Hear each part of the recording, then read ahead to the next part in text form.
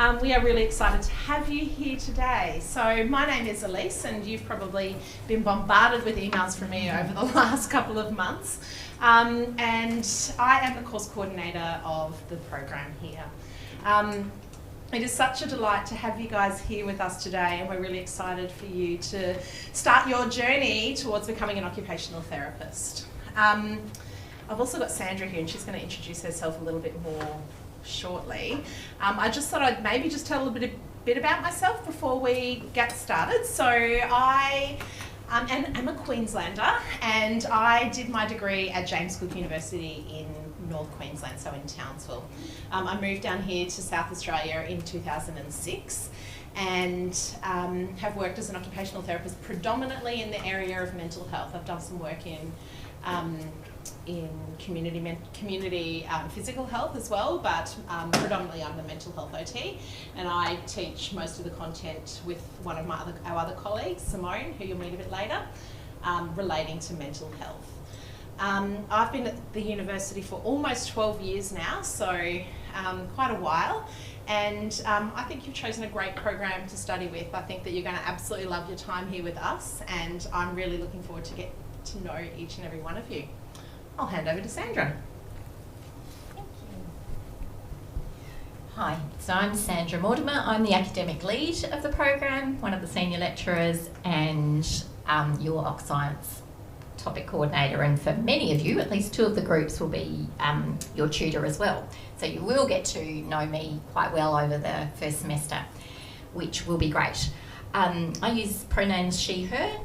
I've been with the uni since this course began, so I've actually 6 months before. So I helped set up the program and absolutely echo Elisa's comments that the program has grown as numbers have grown and has increased in kind of quality and relevance. And we get that feedback all the time from our placement providers when you're actually on placement, and also from employers. So we're really proud of our program, and we are very pleased to be welcoming you here today to join us.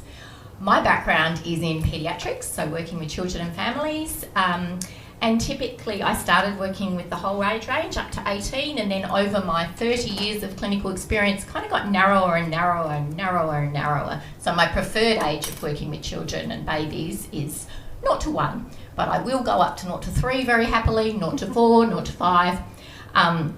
Early childhood though is my specialty and my passion in terms of investing in the future of our world. You'll hear much more of that from me in all the paediatric content. But I also love Oc Science, so that basis of occupation, really understanding what it is that makes occupational therapists different to every other health professional, and kind of getting really excited about that idea of how we can transform the world because of our unique ways of seeing the world through occupation. And again, you'll hear lots about that from me in the topics that I teach.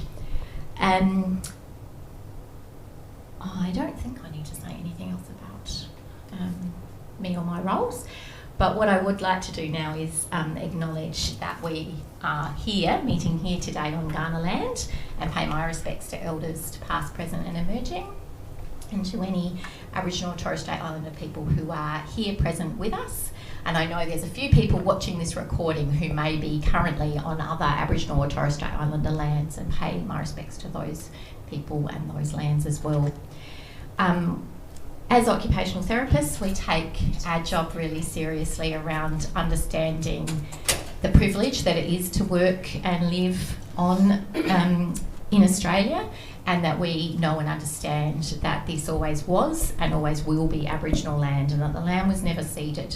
So my relatives, ancestors came to this land and have taken advantage of the many wonderful things that Australia has to offer, and I'm very grateful for that and feel very privileged for that. But I also know that that came at a cost to our First Nations people, and I see my responsibility as an Australian, but also my responsibility as an occupational therapist in helping to redress some of the challenges that were caused by colonisation.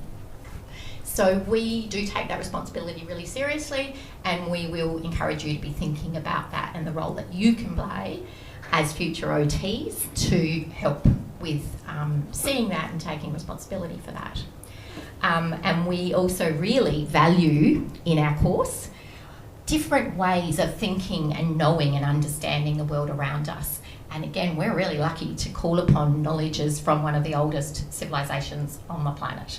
We've got 60,000 plus years of wisdom to call upon. And one of the ways we do that is in forums like this today, calling upon the idea of yarning, the idea of coming together to think and talk and share knowledge, experience, wisdom, so that we can start to think differently about things and learn and grow. So a lot of our course, the ways we structure the times when we get together, tutorials, workshops, practicals, have that kind of concept behind them. And we're always trying to challenge ourselves around when we say something is true, what truth is it based on? Is it based on a very Western, narrow view of truth, or is it based on a more solid, international, multicultural understanding of truth? So we're just, part of our journey, for Elise and I as well, is learning to relearn. We grew up in school systems that did not teach any of this stuff. Many of you may have had that experience. Many of you may have started to hear a bit more of an understanding of the impact of colonisation. So we take our responsibility really seriously, and you'll see that threaded throughout the course. And in welcoming you, we welcome you to come with that open mind and that ability to start to think around what that actually means to you as a person living in this country, but also to you as a future health professional. For those of you who are new to Australia, and I know there's a number of you in the room, it's hard to get your head around the idea that there are many Aboriginal lands. So there's 260 plus different lands of Aboriginal and Torres Strait Islander peoples. So these are kind of represented in the different colours across the map of Australia. And here in this smaller version here, we've got our state, so South Australia in here. I'm struggling to locate, there it is. You can't identify Adelaide on the map, that's a bit of a problem. Here it is, and you can see here the orange part is Ghana land, but there's another number of other lands that border upon that. So even if you're in Adelaide or in South Australia, you may have experience with different traditional lands rather than just Ghana. So it's a challenge for us to get our heads around that much knowledge and that much kind of difference in there, but that's just a representation. So if you travel from Adelaide to Sydney, you would be crossing many Aboriginal lands in that time, let alone if you travel anywhere else in Australia. So I could probably use this one. So we would like to officially welcome you as our 13th cohort into the Masters of Occupational Therapy. So the program, I know it's exciting. 13. Lucky 13. Lucky 13, not unlucky. I'll probably throw this reference in. I went to Taylor Swift on the weekend, and her lucky number's 13. So, if it's good enough for Taylor Swift, it's good enough for us too. It was great.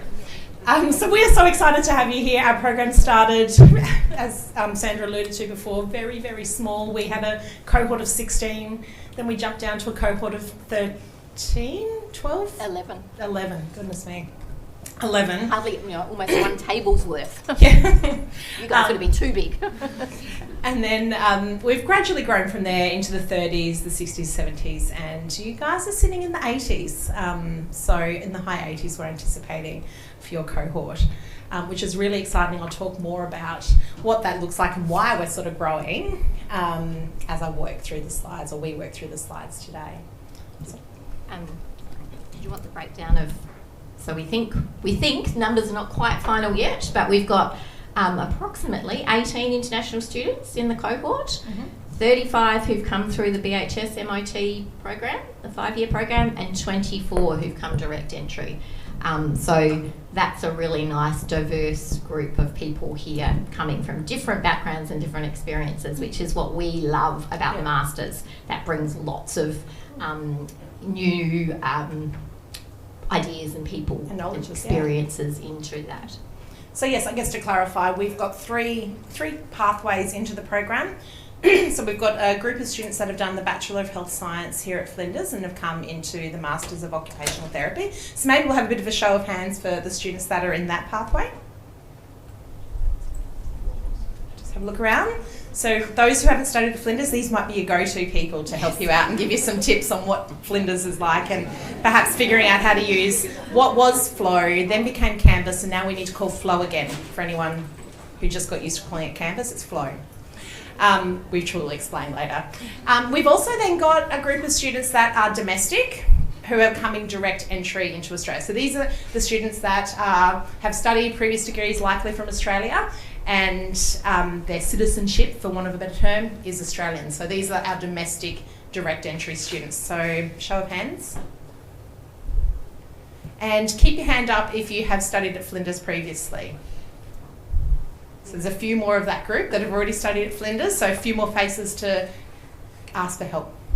And then our final group of students, which is very exciting, is our international students. So these are our students that are from all over the world and are coming here to study in the program. So show of hands, our international students. Welcome. And I know that someone arrived yesterday. Did anybody else arrive yesterday? That's okay, grab a seat. There's heaps over this side of the room. Thank you. So yeah, some of them are just super new. So I think in the breaks, have a chance to chat to everybody and make everyone feel welcome. I think that'd be wonderful. So I embedded this video and then it just stops embedding. So I'm going to jump out quickly. And this is a video that was created to promote the course. Obviously don't need to promote it to you guys, but what's really exciting about this is Jack, who's one of our graduates who graduated, maybe 5 or 6 years ago now. I think it's about that long. And he's talking about studying OT at Flinders and also occupational therapy as a profession. So I'm going to jump into that video now.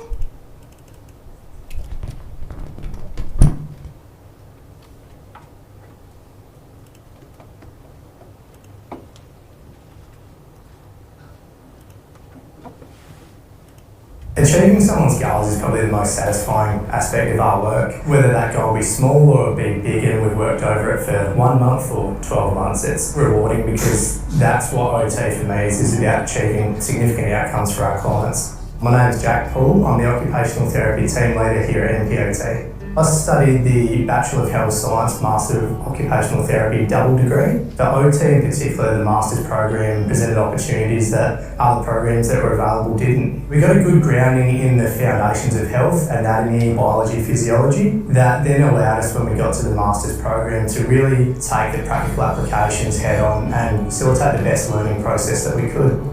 I did a placement in India, working across hospital and community-based settings, which was organised through the uni. My second placement was completed at the Darwin Hospital in the Burns and Trauma Unit, which has led me to my final placement, which was here at MPOT. I was exposed to the serious injury rehabilitation aspect of private practice, and since that time I'm now in the team leader position for the occupational therapists.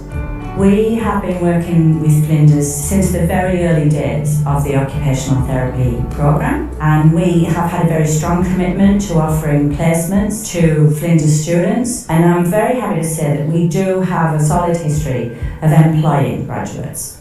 The Flinders occupational therapy students really demonstrate sound clinical skills. They have a tremendous understanding of the functional impact of disability, whether it be short-term or long-term. They do it with good humour, they do it with good grace, they do it with intelligence, and they do it with respect. There's a certain healthy level of optimism about the positivity around OT. It's been a profession that's always worked with people across all continuums of life. I don't ever remember a time in my whole career where occupational therapy had such exciting prospects. The graduates from Flinders not only have amazing opportunities in Australia, but they have international mobility. Taking on a university degree is a big step for any individual, but an occupational therapy degree can open so many doors, whether it be clinical roles, management roles, or even broader roles within the community. So go in with open eyes and willing to experience anything.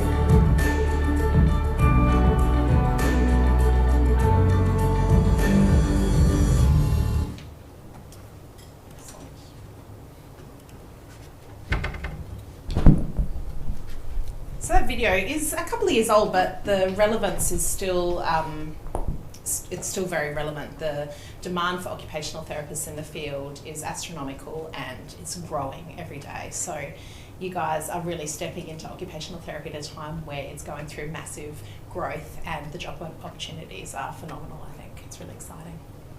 Did you want to add anything else to that about the video? Great. So, the teaching team. We've already sort of talked about Sandra and myself. There's other key people that are going to be working with you over the next 2 years of your degree. So Mercy and Belinda are two of our lecturers at the university. Mercy's experience has been in paediatrics and Belinda's is in physical rehab. And they're also our student engagement coordinators. So they can't be here today. One of them is teaching and another one is not her work day. But they recorded a video. They said that we can show it today for them to welcome you to the program. They were very apologetic with the freeze screen. I don't know if you've seen videos, but sometimes like the starting screen looks really funny. And they were pretty horrified by it. So you can laugh with them.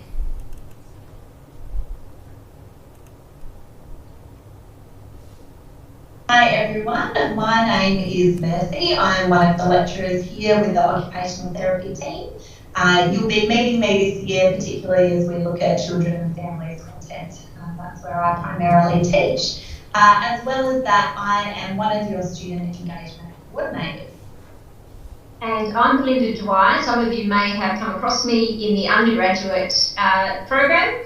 Welcome to all of you who are coming from direct entry. Essentially, I'm the same as Mercy. I'm the topic coordinator and lecturer with the team, and Mercy and I share the student engagement coordinator role.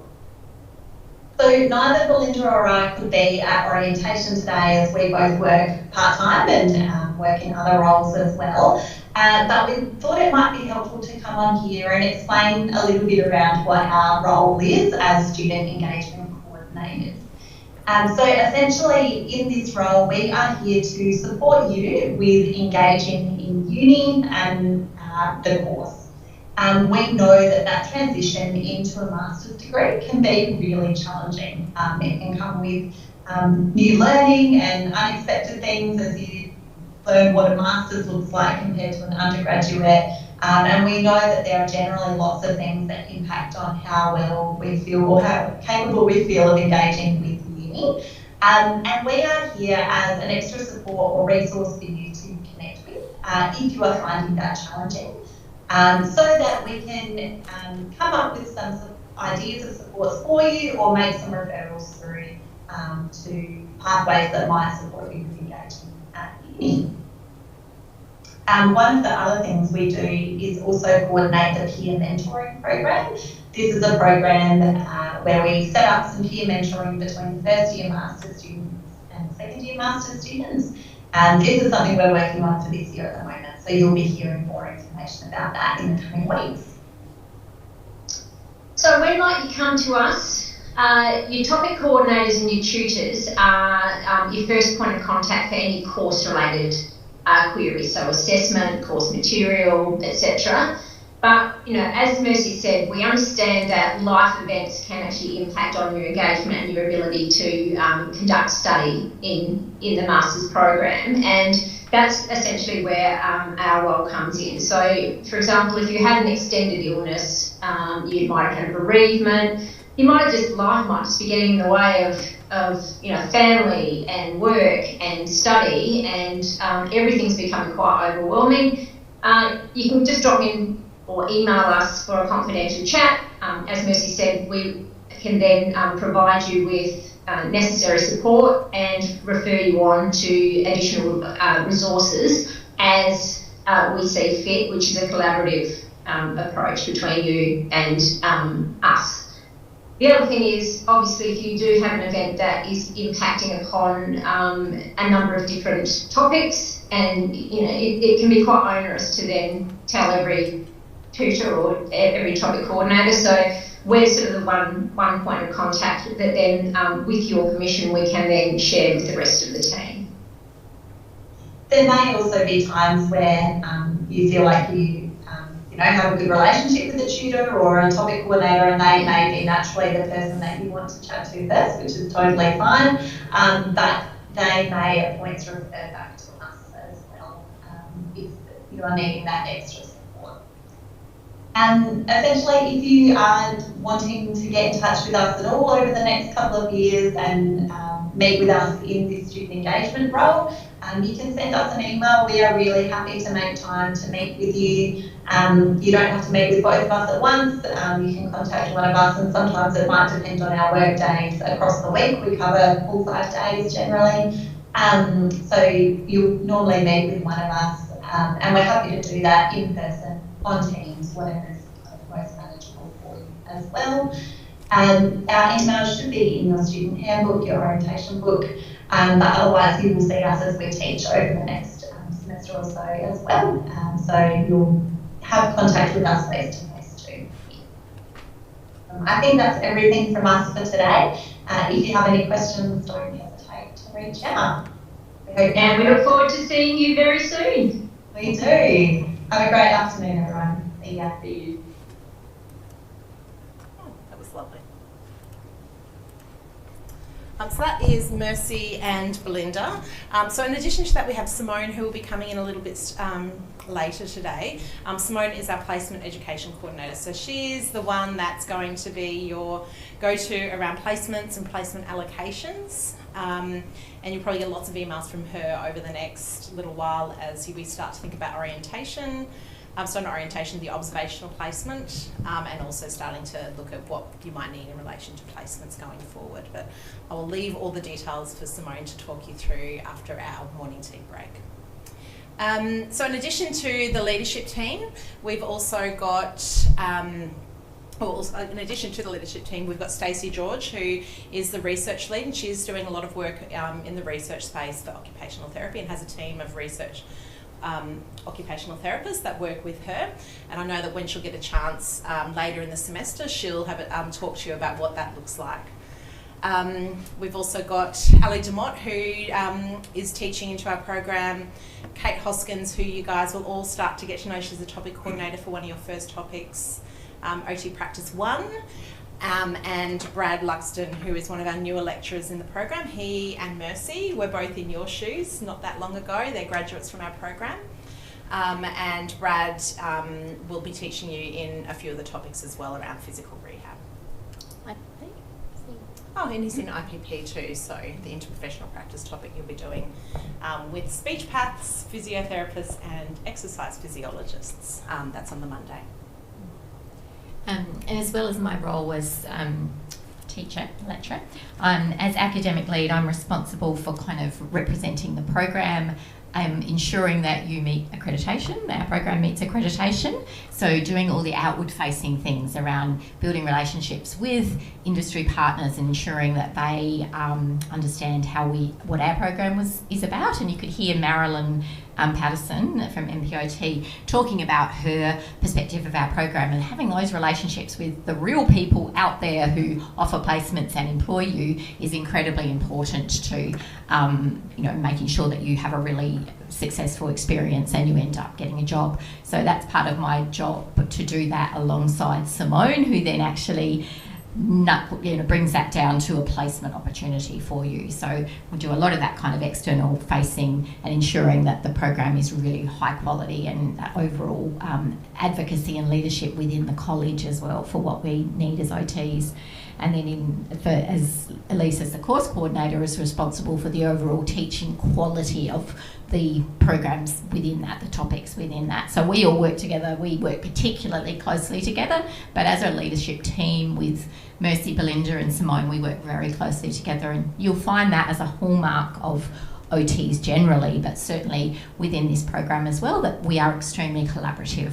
So we will really encourage building a relationship with you, between you, but with us, and we also have really good relationships with each other. So often it is about, you can talk to any member of the team about something that concerns you or might, and they, with your permission, can share that to the relevant person or share it, just like kind of a client-facing thing where the client would be part of a team. We see you as our clients and we work as a part of a team to support you. And so I guess in addition to what Mercy and Belinda were talking about, if you need different study plans, if you need to look at your topics and maybe you need a break from study, I'm the person that you'll be talking to about that. So looking at what does the study plan look like, what are the ramifications for pausing your study, or if you're struggling with content as well, you can come and talk to me after you've spoken to your topic coordinators. So yes, that is our team. It's a small team, but we do have alongside us, and this is just a quick summary, you don't need to take that in, it's probably in our topic handbooks anyway, all the topics we teach into. But alongside the teaching team, we have a clinical education team. So our clinical educators are employed by the university, but work out in industry as part of the program. I'll give you access to these slides after, so you'll be able to access those. So they're employed by the university to work with you guys predominantly when you're on clinical placements in key agencies. So if you have a look here, you'll see some of those key agencies are Flinders Medical Centre, which is our large hospital right next to Flinders University, and the Rehab Age and Palliative Care Service, which is what was the REPAT. For those who know the REPAT, is now the rehab service that sits next to Flinders Medical Centre. We also have agent partnerships with Southern Mental Health, with Child, Youth and Mental Health Services, so CAMS, with Carlin, so that's our Central Adelaide Local Health Network, so that reaches into Hampstead, which is part of rehabilitation, but also into the Royal Adelaide Hospital, and into some of the schools where we provide paediatric services, and that's in central and northern parts of Adelaide. So in addition to this, there are other placement opportunities. I'm not going to talk about these now, but I guess it's really good to know that these are some of the people that if you're on those placements in those locations, you'll get to know, but these guys also come and teach into our program as well. So for example, in 8001, you'll get to know Emily, who's at Flinders, and Ashley, who is at the RAP service. And then when you do mental health, for example, you get to know Celeste. So we've got a larger team that sit behind us that support the program as well. Oh, I thought it was really important, because we are today sitting at Tonsley, and this is not where we always sit. I thought it was really important that you know where we do sit. So I know everyone who's been in the VHS will know, but we're at Sturt. So this is a picture of the grounds inside of Sturt. So this is the square. It's a nice grassy square in the middle, and up here is my office on level 4. So we're up on level 4 on the west wing. It can be tricky to find. People who have worked at the uni for some time often get surprised when they come across West Wing on level 4, because there are 4 staircases on Sturt in the buildings, but only 2 go up to level 4. So if you hit the top and you are on level 3 still, you need to go look for that other staircase to get you that bit further up. It can be tricky, but once you start to get to know it, you will find it quite easily. We often do predominantly a lot of our teaching on level 4, South Wing. But there's also some other rooms that we use, but we're predominantly up there as well. So if you are on level 4 for South Wing, you'll be able to cross to the West Wing very easily. So this is Tonsley here. There's car parking, and I've sent you lots of information about that, but often parking in car park 20, 16 and 14 are the way to go if you're going to be parking at the university. There's also train that takes you just across the road near the Oval that you can walk up. It's about a 5 to 10 minute walk up the hill to Sturt as well.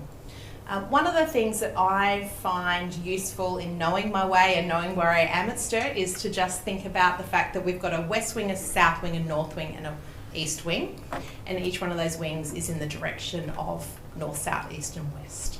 So if you're standing in the square in the middle, you'll be able to, if you can sort of get a sense of where each one of those wings are, you'll be able to figure out where you need to go. So yes, we're on the West Wing. But Sturt is notoriously hard to find your way around, so it is not uncommon at all, especially in this week and the next 2 or 3 weeks, to get completely bamboozled, and so everyone's used to that. Yes. We started our program at the REPAT campus. When we moved to Sturt, we were continually getting lost for the first couple of months as well, so we do know what it's like. Everyone understands, and people are always very happy to, if you just flag down anybody and say, can you please help me, I'm trying to find this. people are always very patient because they know they were in the same position as well. So do encourage that. Those of you who've done the BHS MOT, do you use the Find It at Flinders app? Is that what it's called? Am I getting, yeah? Lost on Campus. What is Find It at Flinders? I think that's the I library. think that's the library service. As I was saying it, I was Finding an thinking, I don't think that's going to help actually at all. That'll help you find an article, but not that. Yeah, Lost on Campus. Do you find that helpful at Sturt? It's helpful for direction, but it doesn't tell you what level. Mm. So, It's a very, Yeah.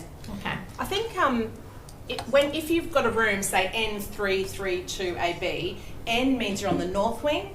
The next number 3 tells you you're on level 3, and then you just get to the north wing, walk up and down the north wing to find that room. So if it's S410, you need to go to south wing, level 4, room 10 essentially, but S410 would be south wing 4, level 4.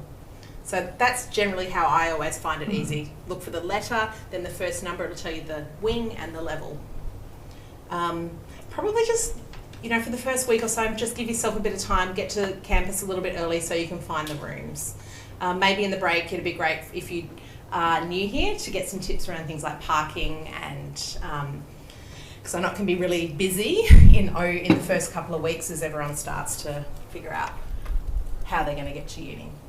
There is a loop bus that can get you up to the main campus. There's a nice walk, about 20-minute walk up to the main campus, which has lots of food options as well. We do have some on Sturt though.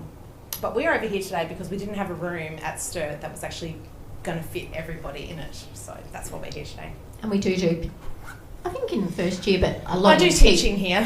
And so when you do the info and tech topic with me, I do predominantly most of my teaching over here because we have seminar type teaching. And second year there's a lot of teaching over here as well, so it's handy to know this space. And in the breaks you can find out kind of where the coffee shops are and all of that. Yes, there's some coffee shops downstairs, but then supposedly if you walk even further in there, it's a nice walk. There's another coffee shop sort of tucked in there too, so it's a nice little space to explore outside of Tonsley. Oh, and this was just me showing you this is the south wing, so you're sort of coming up these stairs that will sit here, and then this is the west wing. So people often get confused with the west wing. You kind of start walking, and then you hit a dead end. You just kind of walk all around it, just follow the path, and you'll find us. It kind of weaves around. Yes. Oops. What are you going to show? And in terms of lift access, again, Sturt campus is a really old campus, and it's very badly designed. So in terms of if you've got any sort of mobility issues, it is a real challenge. So there's a lift this end of the building and there's a lift this end of the building. And if any of those lifts are out, which sometimes they are not working properly, it can be really challenging to find your way around. So if anyone does have any mobility issues, it'd be worth talking to any one of us about sort of how to negotiate that and getting your head around that a little bit more. We do most of our teaching on this south wing, level 4, in any of these kind of buildings. And you can see here when Elise was talking about south, the S, level 4 is the 4, and then the room would be 12 to 18. But on the doors it'll say 412, 418. And this is the little ramp that you come up. The steps look like that's the only place to go. It looks like it's a dead end, but if you come around here and keep walking down here, you'll find our offices on. So the path kind of goes here, then it turns, then it goes up. It's like, where is my office? Here it is. Yours is right there. I'm over this side. Oh. I think you drew on it. How did I do that? This is my office. Thing. No, didn't work that time. So yeah, we're all up there. It's worth popping by, going for a wander. Also, there's nice toilets here, which can be a bit nicer than some of the other toilets in Sturt. They are actually nicer. They are nicer. We probably shouldn't tell you that because we don't want you to use them. We'll use them, and then we won't absolutely use them. Use them. But they are. So if you're looking for, when you're here and you want to wander around, find the toilets, find where the staff are. Yeah, so we kind of sit around. So if you come up this way, I sit over this side. If you can see the mouse, I don't know if you can, but basically we're next to the physio lab. So if you follow the physios, they're very loud. You'll hear them and probably see them. We sit right outside their lab, so you'll have a couple of teaching in there when you're doing manual handling and range of motion. But yeah, just make sure, just follow around and you'll be able to find us. Our names are on the door. Let's move to getting to know you. Do you want to do these questions? Yeah. Yes, sure. Okay, so this is just a quick, we've talked a bit about us. We want to know a bit about you as a group. You're a big group to start to get a bit of a feel for, but that's what we want to try and do. So this one is just the first part is just a show of hands. Put your hand up, because this isn't very helpful. We can't see that. Put your hand up because other people need to know, who are the people who might be a little bit like me, so that I can buzz into them and go, you seem like someone I should get to know. Very important questions. Really, this is high level sort of stuff. I'm going to take lots of time to think about it. Snack of choice. Okay, if you've got a snack of choice, is it going to be hands up for those who would always go to a sweet snack of choice?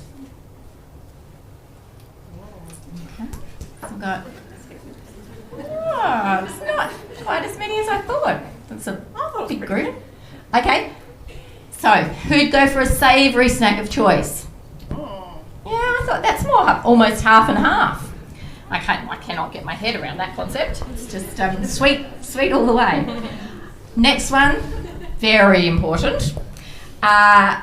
Favourite animal out of these two choices? Who would go for dogs? Most people. Yeah, it's always most people. Okay, hands down, you dog lovers. Who would go for cats? Yep, see, these are my people. There's a few of my people in the room. Love it, can go. I have a dog. I love my dog, but I definitely prefer cats. In terms of weather, summer, for those of you who are not used to two distinct seasons, summer is the hot, dry usually in Adelaide, very hot, very dry. Winter is when we get cold and often rain. So who prefers summer? Oh, that's very strong. It's a large. Okay, who prefers winter? Not so many, but a few. See, it's so great. Even on simple one or two, we get lots of diversity. Now this one is a bit more, options here. So where are you from? Which I guess means where did you grow up? That's what we were talking about. Where do you identify as home? Yeah, where do you identify as home for you? So we've got Adelaide Metropolitan, those who grew up in the city of Adelaide. So again, if you're from somewhere else, these are people who are good to say, where's a good place to go out? Where's a nice, restaurant? South Australia, but country South Australia? People who grew up in country South Australia and identify as that, yeah. Beautiful, got a few. Interstate. So from Australia but interstate. Yeah, few. Is anyone from Queensland? Yeah. Hi. More. Fabulous. I'll talk to you later. And then overseas. Right. In Aaron. So we've got a lovely group of international students. And I don't even know which, we won't go into which countries, but out of those people, well, it could be anyone in the room,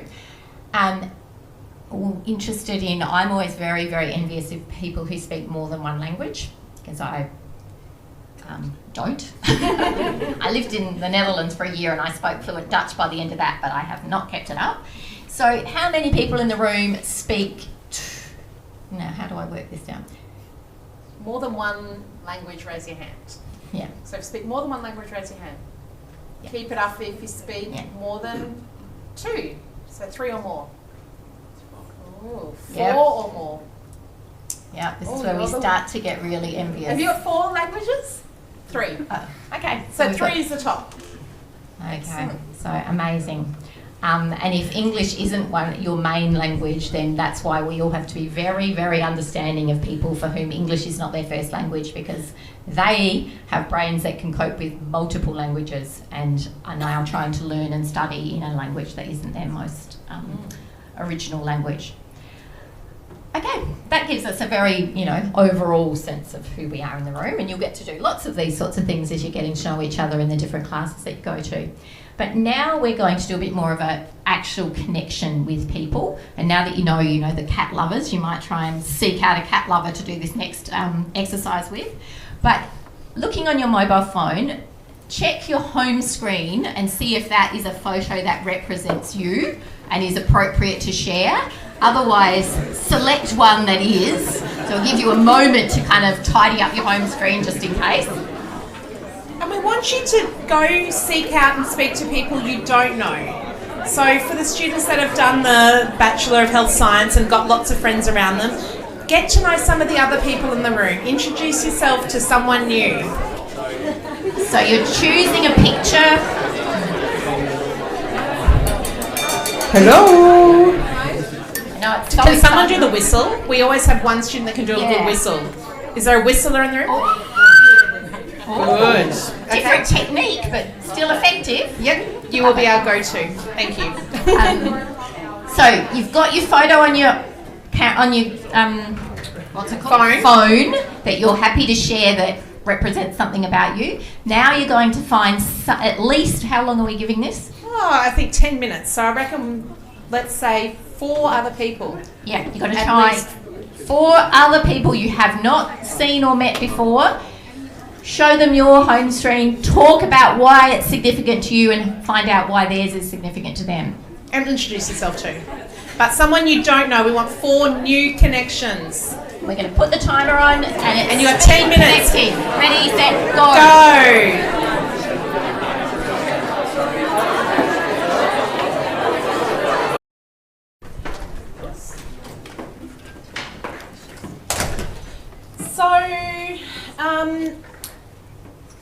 As you might have seen on the website or in the handbook that I've passed around, the aim of the course is to prepare students for professional practice as occupational therapists across a range of settings, including rural and remote areas of practice. And that we'll come back to in a minute. And also to become contemporary, client-centred health professionals able to work effectively in interdisciplinary teams. And so I think you'll find that as you're going through the course, you'll see a lot of that, those course aims linking into the things that we teach and the way in which we teach the content. I didn't think that one was next, but it absolutely is. This is a snapshot of the occupational therapy profession. Now, these statistics are from September last year, so it doesn't actually account for any of the new therapists that graduated at the end of last year. So this is the most recent stats that APRA has put out. So once they get the new ones, I'll share them around. But we have 30,000 occupational therapists registered to practice in Australia. And from that, we have nearly 89.5% female and 10.5% male. But you can see that in South Australia, we're bucking that trend a little bit. So we've got more, so 13.2% of males who are occupational therapists. I think there's a few different, is there a few extra notes that I've put down there? That has gradually increased. The number of males that are working as occupational therapists or registered as OTs has increased over that time. In addition, we've had about 1,876 new OTs since December 2021, so a year and a half, just over a year and a half. So we're gradually increasing as more programs come online across Australia, but also as programs continue to grow and expand.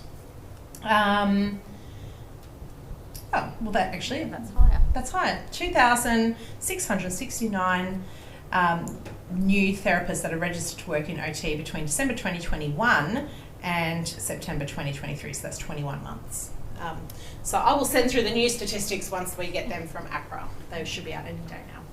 But essentially that shows that we are a fast growing profession, which is in relation to the need and demand for OTs. So there is still a huge number of jobs available and they can't fill those jobs with OTs. So I was trying to look for stats. We had them last year because there was an article in the newspaper talking about how there was over 200 jobs advertised on Seek at the end of last year that they couldn't fill. So I tried to see if I could find new stats, I couldn't, but I did do a quick look on Seek, and there's still so many jobs. And I think evident in the need is that a lot of our graduates, last year the ones who graduated, had jobs before they'd even finished their degree.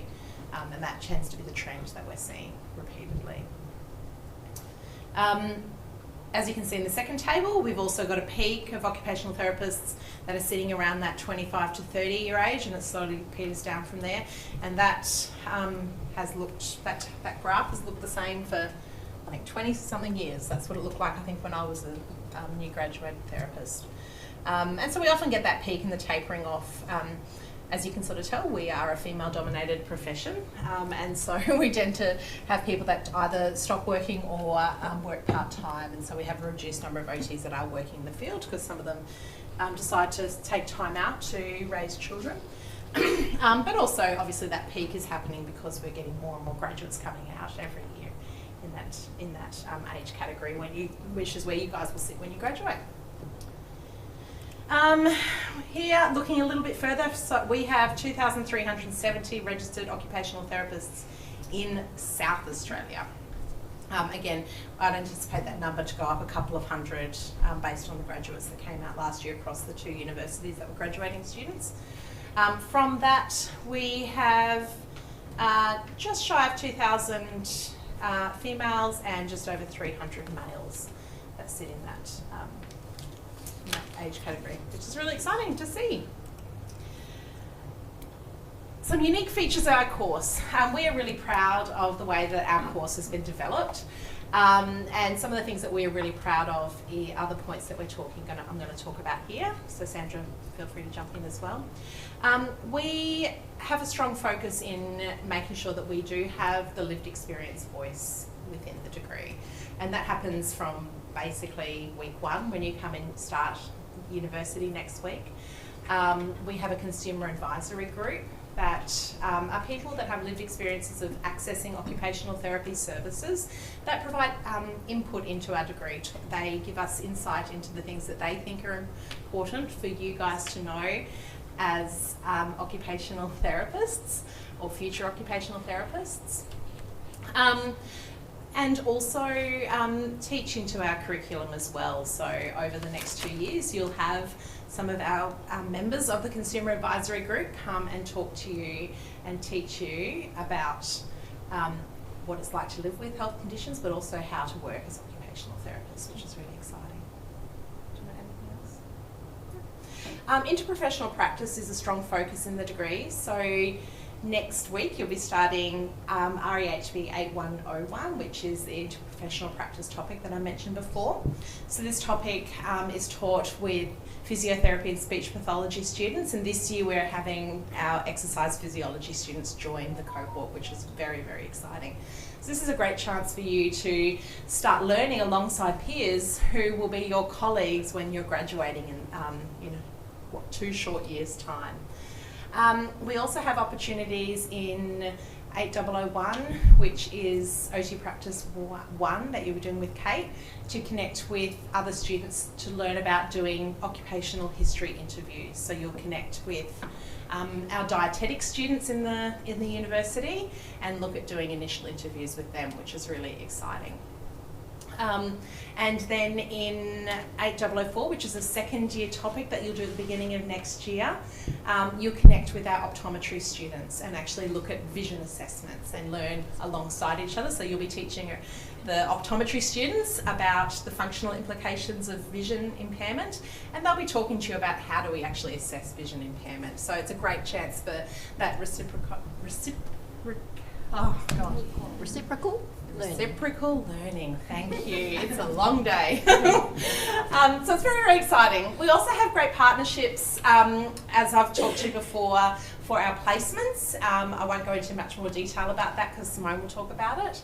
But we also have interprofessional practice placement opportunities in our program, which is really exciting because you'll get to learn and do placements alongside some of our speech pathology and physiotherapy students, and that continues to grow with other disciplines being part of that process too. We have some really great, exciting opportunities to learn about cultural responsiveness. You'll have a module that will cover this in the IPP topic.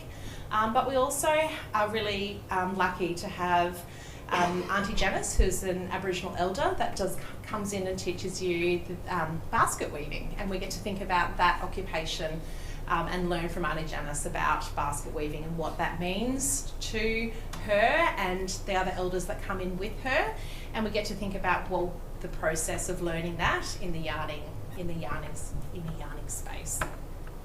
But also cultural responsiveness is woven throughout all our topics.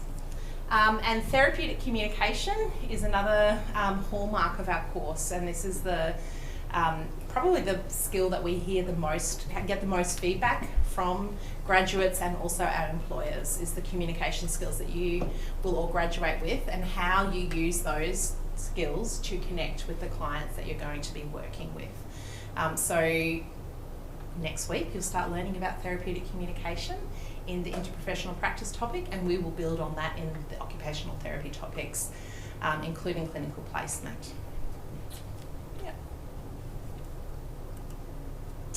I think we've covered our commitment to cultural safety when Sandra did a great job of doing her acknowledgement to country. Is there anything more you want to add to that, Sandra?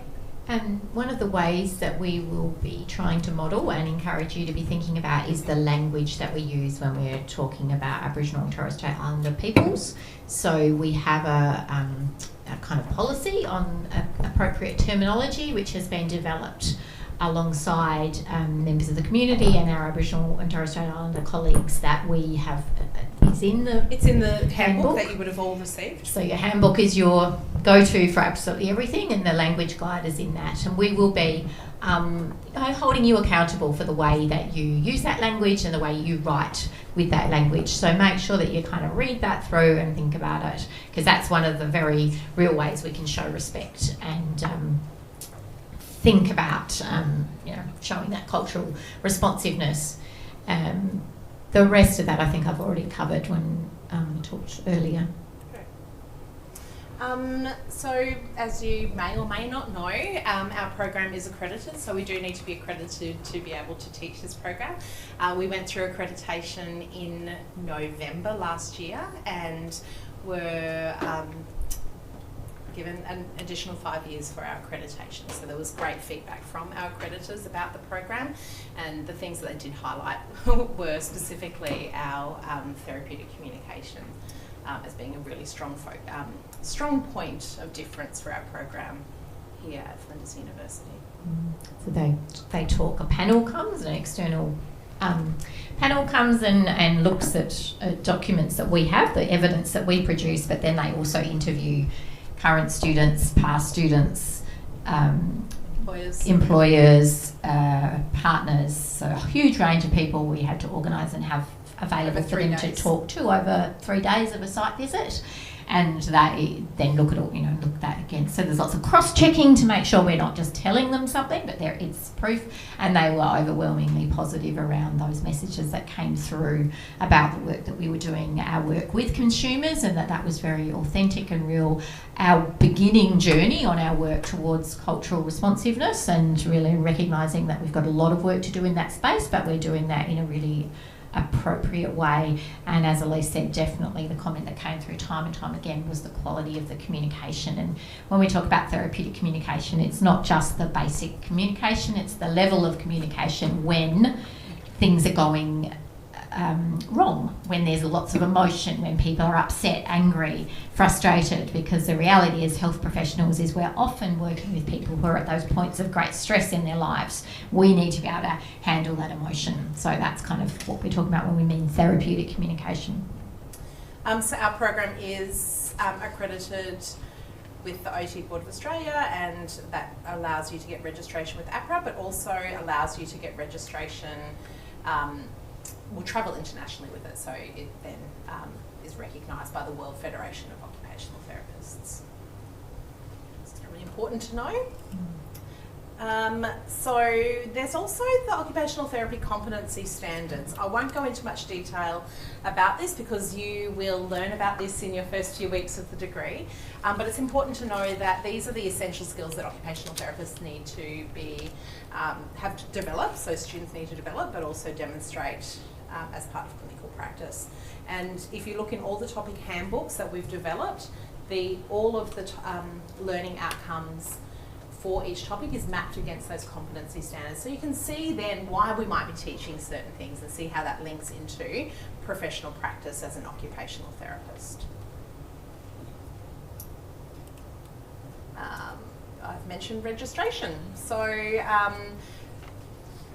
these are the questions that you will have next year. I don't expect you to hold this in your brain, but it's probably important now just to check the requirements for registration now and get familiar with that. Probably the one that does catch a lot of people out is the English language requirement. So if that applies to you, have a look at APRA if you're intending to register in Australia and see what that is, so that you can plan now to meet that when you are ready for graduation next year. And there's some kind of unique components to that. We have no say over those.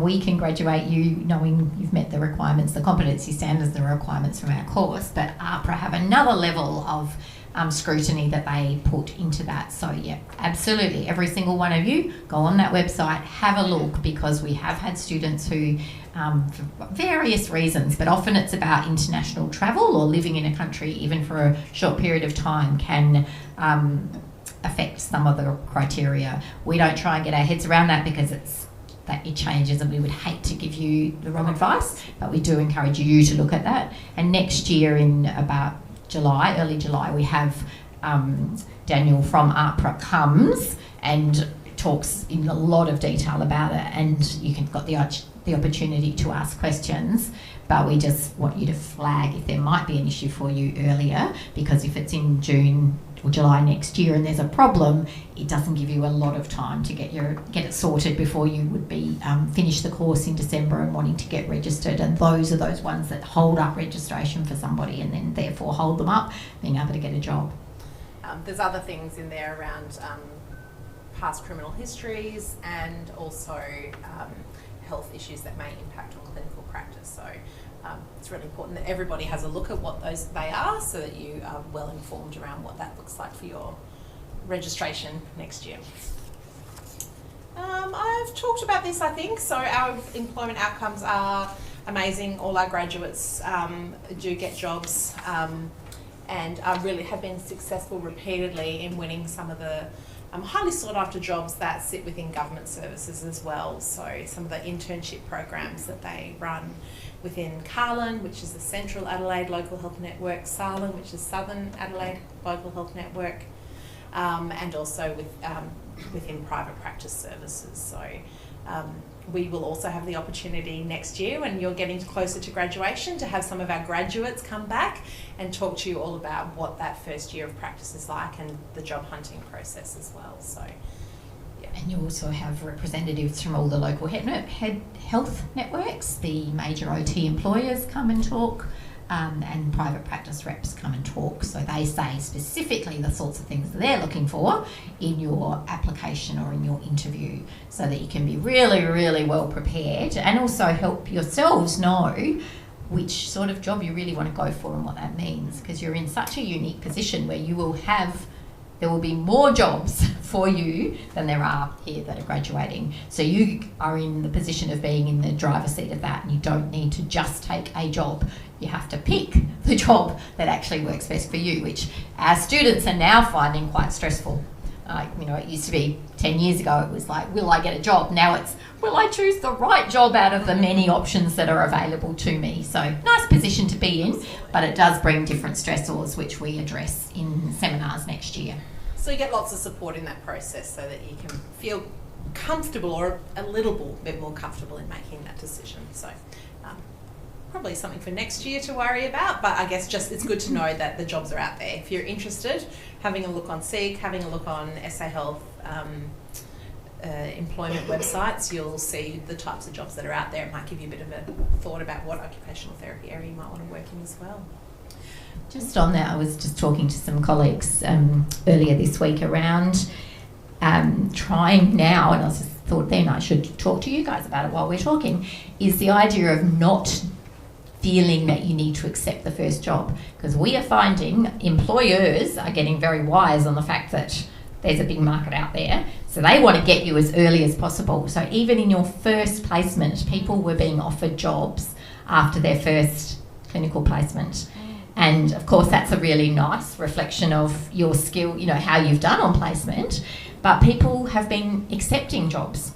And then, of course, they learn more about the course. You haven't even finished coursework then, or you learn, you know, you've got other placements ahead of you. So just a caution, I guess, to, again, remember, you're not in a position where you have to accept any job or the first job. You can say, thank you, that's a really great compliment. I've really enjoyed being here. I really appreciate it, but actually I'm going to wait because I've got, you know, I've got more learning to do, or I've got more placement opportunities.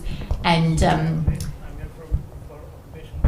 Yes, come in. Yep, sure, come in. So just to, I guess to think about that and think you can always go back to that person if you, at the end of your course, and go, you know what, that really was the place for me. You can always go back and say, I'm finished, I'm ready, I do want to work there, and there is no very strong likelihood that you will get that job. So just that sort of caution of, and what we have found with our students who accepted jobs early is then they regretted it. So then they're in an awkward position of going 3 months later saying, I don't want this job, which is entirely your right to do that, but probably isn't the best way to start out. So just putting that sort of caution in, going, great to have all these opportunities, but is it the right time for me? And knowing we can guarantee you will not struggle to get a job at the end. Exciting times. Future you problem though, you can think about that next year. More questions. We were just talking before we added one in there.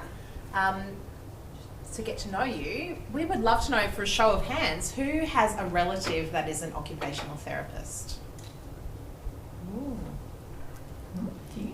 So I've got my sister and I actually studied together, and she's an OT, and my daughter went through this course a few years ago. Fun times.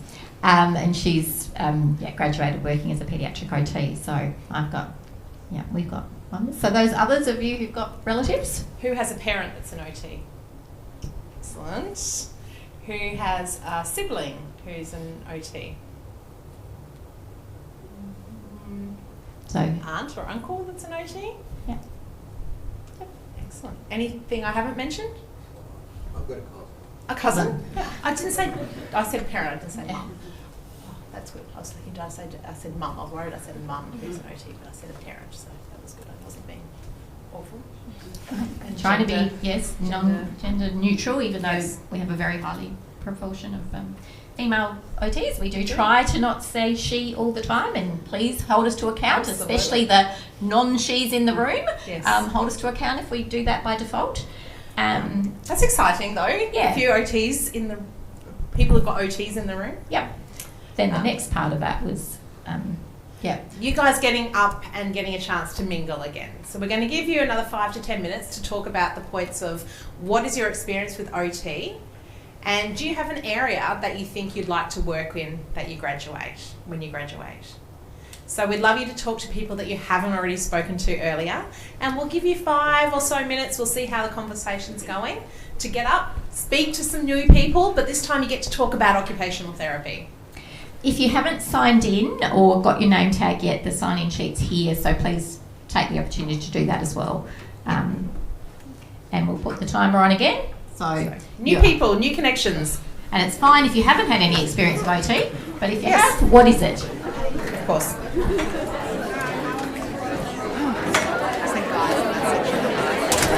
Oh God, I didn't hear you do it. I did it once, I was like, oh.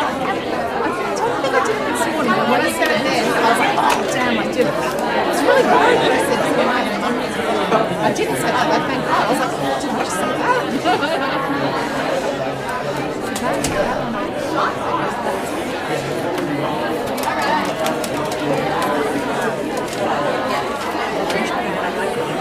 I think she's in the right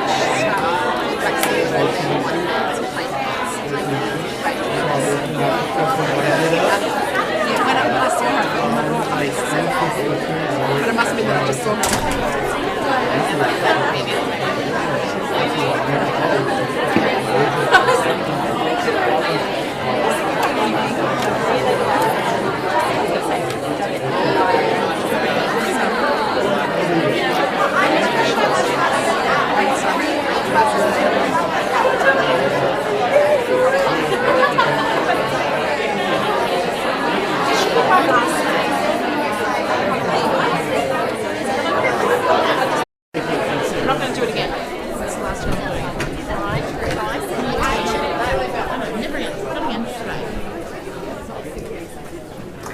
see you all talking and getting a chance to talk to people that you don't know, so thanks.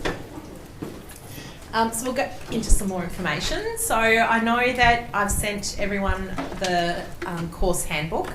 So that came with your orientation package. That's your go-to for any questions around the program. It's got lots of information in there, and I know it's a little bit overwhelming because I think it's quite a long document. But have a good look through it. It will give you answers to most things that you need to know about the course. But if you are confused about anything, please come forward and let us know. This is the first year that we've used the handbook in this format, so any feedback that you have about that is greatly appreciated. You will also be provided with a placement education manual. So this will have all the information that you need to know for clinical placement. So that's going to be provided to you shortly. And that will outline things like your assessment on placement, things that you need to wear, how to organise your ID badge, policies around placement, so lots of details as well. So when you do get access to that one, I really encourage you to take the time to read through it to really understand, you know, what is required of you on clinical placement. Yes, they're the handbooks. And again, feedback for that handbook is great too.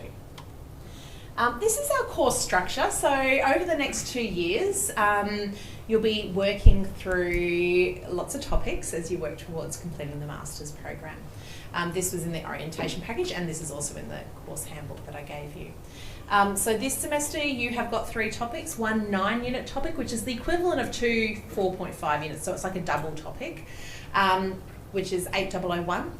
That's where you start learning about occupational therapy practice. And that's with Kate and Brad, as well as some of our clinical educators. You'll have occupational science, and that topic is with Sandra, as well as one of our guest lecturers who is a graduate of our program too. So you'll have either Sandra or Jamie as your tutor in that topic. And then you'll have the interprofessional practice topic, which I've talked about before. So the topic coordinator for that topic is Jill Williams. She's one of our physiotherapy academic staff.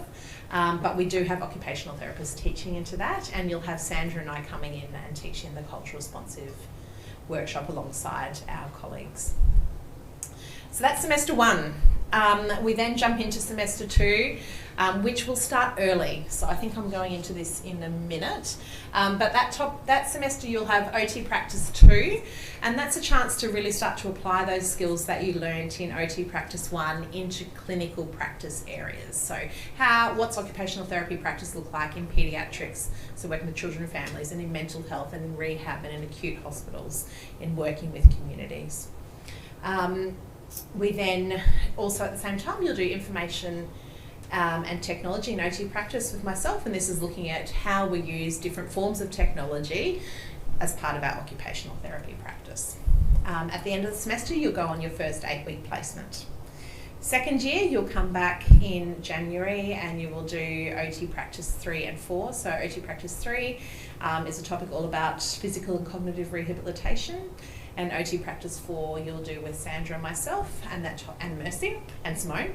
And that topic is around children and families and mental health. You'll then go in May to clinical placement, so you'll have clinical placement 2. You'll do an intensive for transition to professional practice, which is a project placement. You'll then do your clinical placement 3. And finish off your project and graduate. So it's a busy 2 years. I'm just checking, will the coursework for the topics be completed before we start our placement? Yes. Yeah. So, yeah, I don't think there's any topics that things go over. The only time there's some crossover is when you go on to clinical placement 2, when you're also doing some work to prepare for your project placement at the end of the year. Yeah, that might be. Have you got the? Yeah, I'll show you that next. Yeah, yeah. We work really hard to make sure that you've got coursework and then that's finished and then you're on placement, so that you don't have both of those because it's a lot of work being on placement. Except for, did you want to? Yeah, I can jump forward. Sorry, I was just going to show where. Sorry, it's very small. It's much easier to look at as a Word document.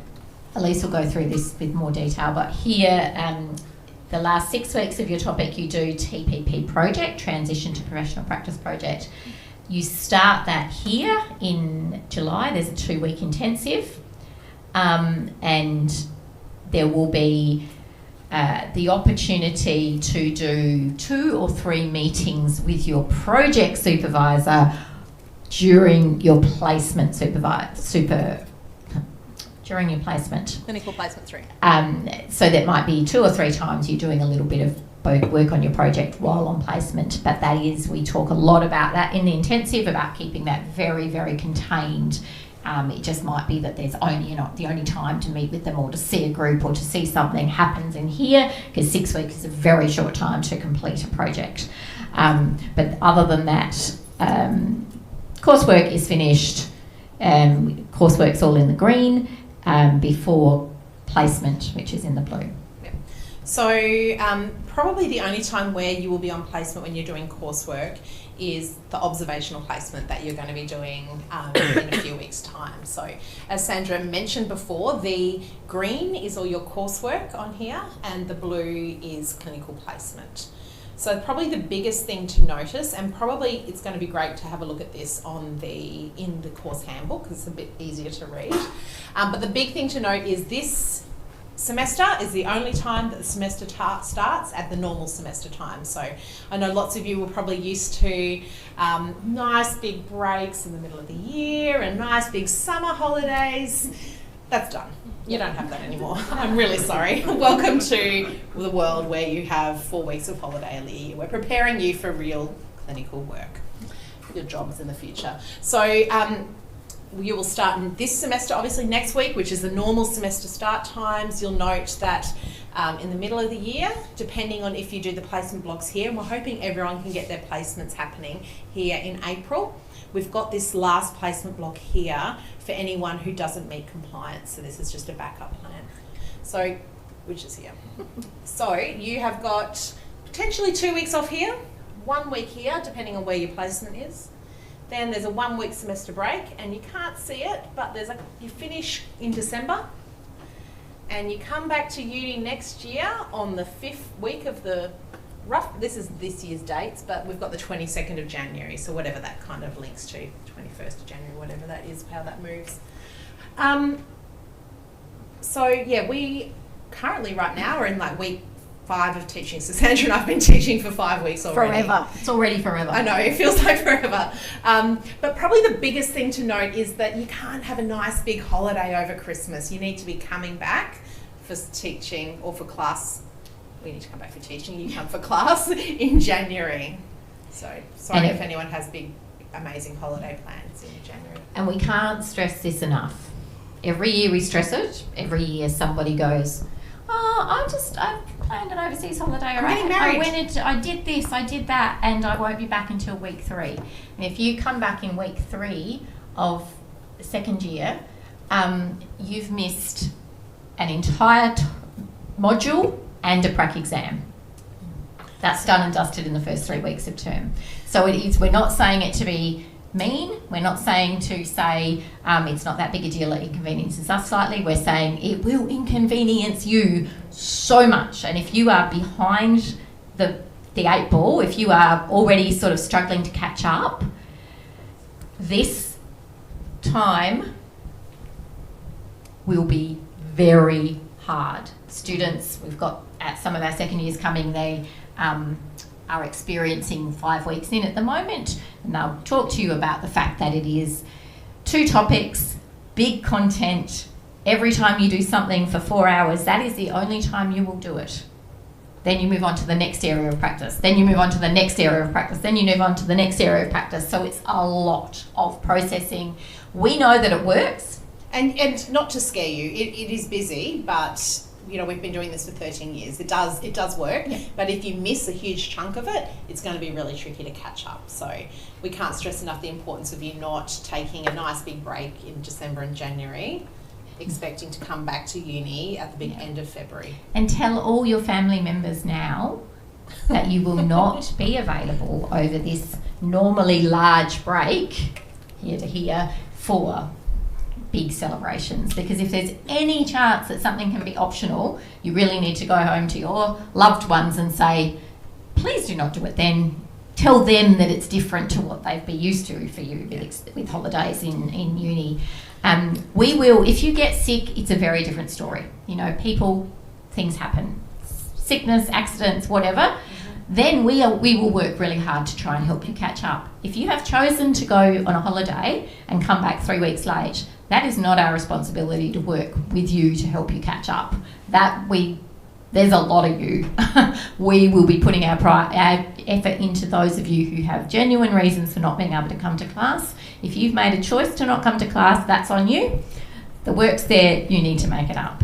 So we do have a hardline approach to that because we know it's important. We value our course, we value our profession, and we really are asking you to do the same. And that does come with sacrifices. Absolutely. We come back and are ready to work and hit the ground running and teach you all the way through to the end. Every single one of the staff members will give you 120% of their time and effort, but we will not do that if you've made a choice not to come. If you've put, going to a Taylor Swift concert ahead of coming to prac, then I'm going to go, fantastic. I didn't. No, of course she didn't. I'm going to say, fantastic, well done, but I'm not going to work with you to help make up for the work that you've missed. If you are sick, had a car accident, your child was sick, whatever has happened in your life, I will work with you to make up for that work. Absolutely.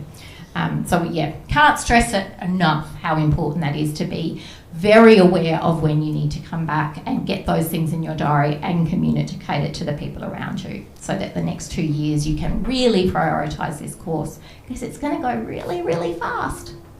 And I know it says week 0, that is still a teaching week. We've done it because one of the topics starts early and 1 year we had this topic is week 1, this topic is week 2, and it confused everybody. So we created it, think of it as like 1A and 1B or week 0, but you're definitely back on week 0 even though it says week 0.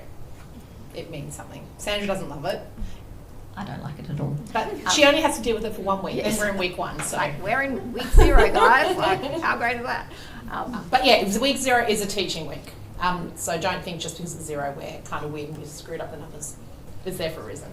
So that's our course. I know it probably sounds scary with having this hard line, but I think it's a really important discussion for us to be having. But I also can't stress enough how you just need to come and talk to us.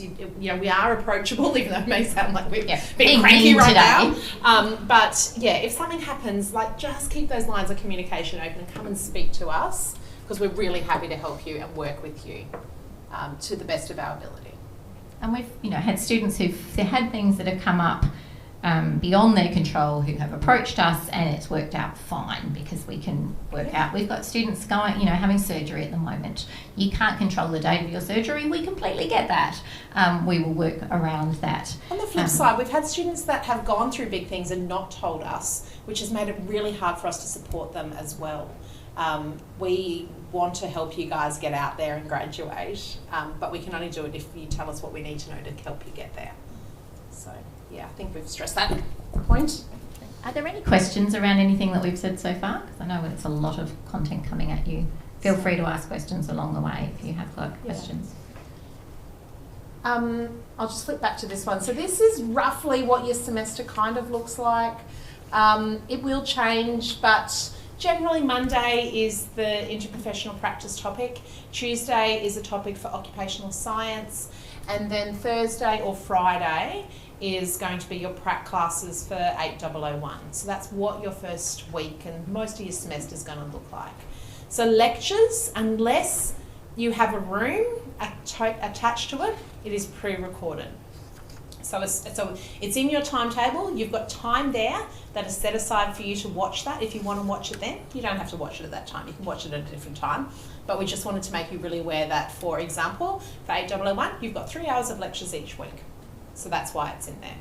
So if there's in your timetable, if there's no room, you can assume that is a pre-recorded lecture. If you've got a lecture that's got a room associated with it, you're coming in because that room's been booked for you to come in and do that. Does that make sense? Great. And lectures need to be watched before coming to pracs or workshops. So even though the 8002 lecture is scheduled in your timetable 11 till 12, I will do my absolute best to have it up ready for you for Monday so that you've got time to watch it so you're not having to because some of you might be on your way in at that time to come and do it. But one of the things that we've found, you probably are all getting the hang of it now, but it is something worth saying, is because lectures are not coming in anymore, people can tend to not timetable them in their own sort of study timetable. And again, you'll get yourself into a world of pain if you don't allocate the time in your own diary to watch lectures before workshops. Because if you come in having not watched the lecture, that's assumed knowledge from us, you'll just be really confused. You won't be able to make the most of the material that we've planned and designed, and you'll be that horrible feeling of being baffled and going, how come everybody else understands this and I don't? Which we know is a real common reason why people then don't come back to class the next time, because they felt so uncomfortable sitting there. And when I talk to students, I'm always slightly surprised about the fact that some of them don't schedule things in. So we would really encourage you to have your own, whether it's a hard copy diary or ideally an electronic diary that has all of your study commitments blocked in it. And I can see some nods going, of course we would do that, but believe me, I talk to a lot of students who haven't done that yet. That is the way to survive a really busy, fast-paced course. It's kind of the only way to survive it.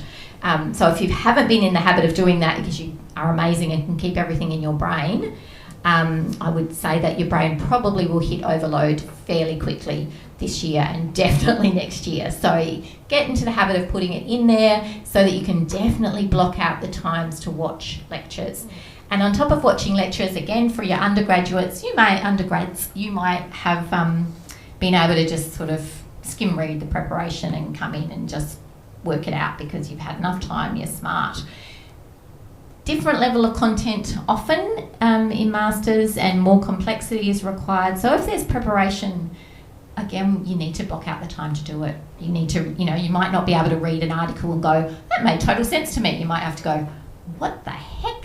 Let me reread that again. And what we expect you to do is then highlight it and then come with questions going, I have no idea what that was about. And in the workshop or in the prac, say, Sandra, what the heck did this mean? I didn't get that. How is that related? What do you because that's what we're there for. We're to support your practical, real learning, the bits that didn't make sense to you, the bits that in the prep you were confused about. So it's not there just as, I will always put optional, if it's optional, because I will put a lot of things in often for prep, because I get excited about the stuff and think, oh, that's amazing and that's amazing and that's amazing. But I know you have limited time, so I will put optional if it's optional. If it's not optional, the expectation is you've done it. So again, the extra hours associated with studying at uni are not just a lecture and a prac. There's the prep stuff that sits around that as well that you need to think about for masters. It's one of the big changes between a bachelor's and a master's. Yeah.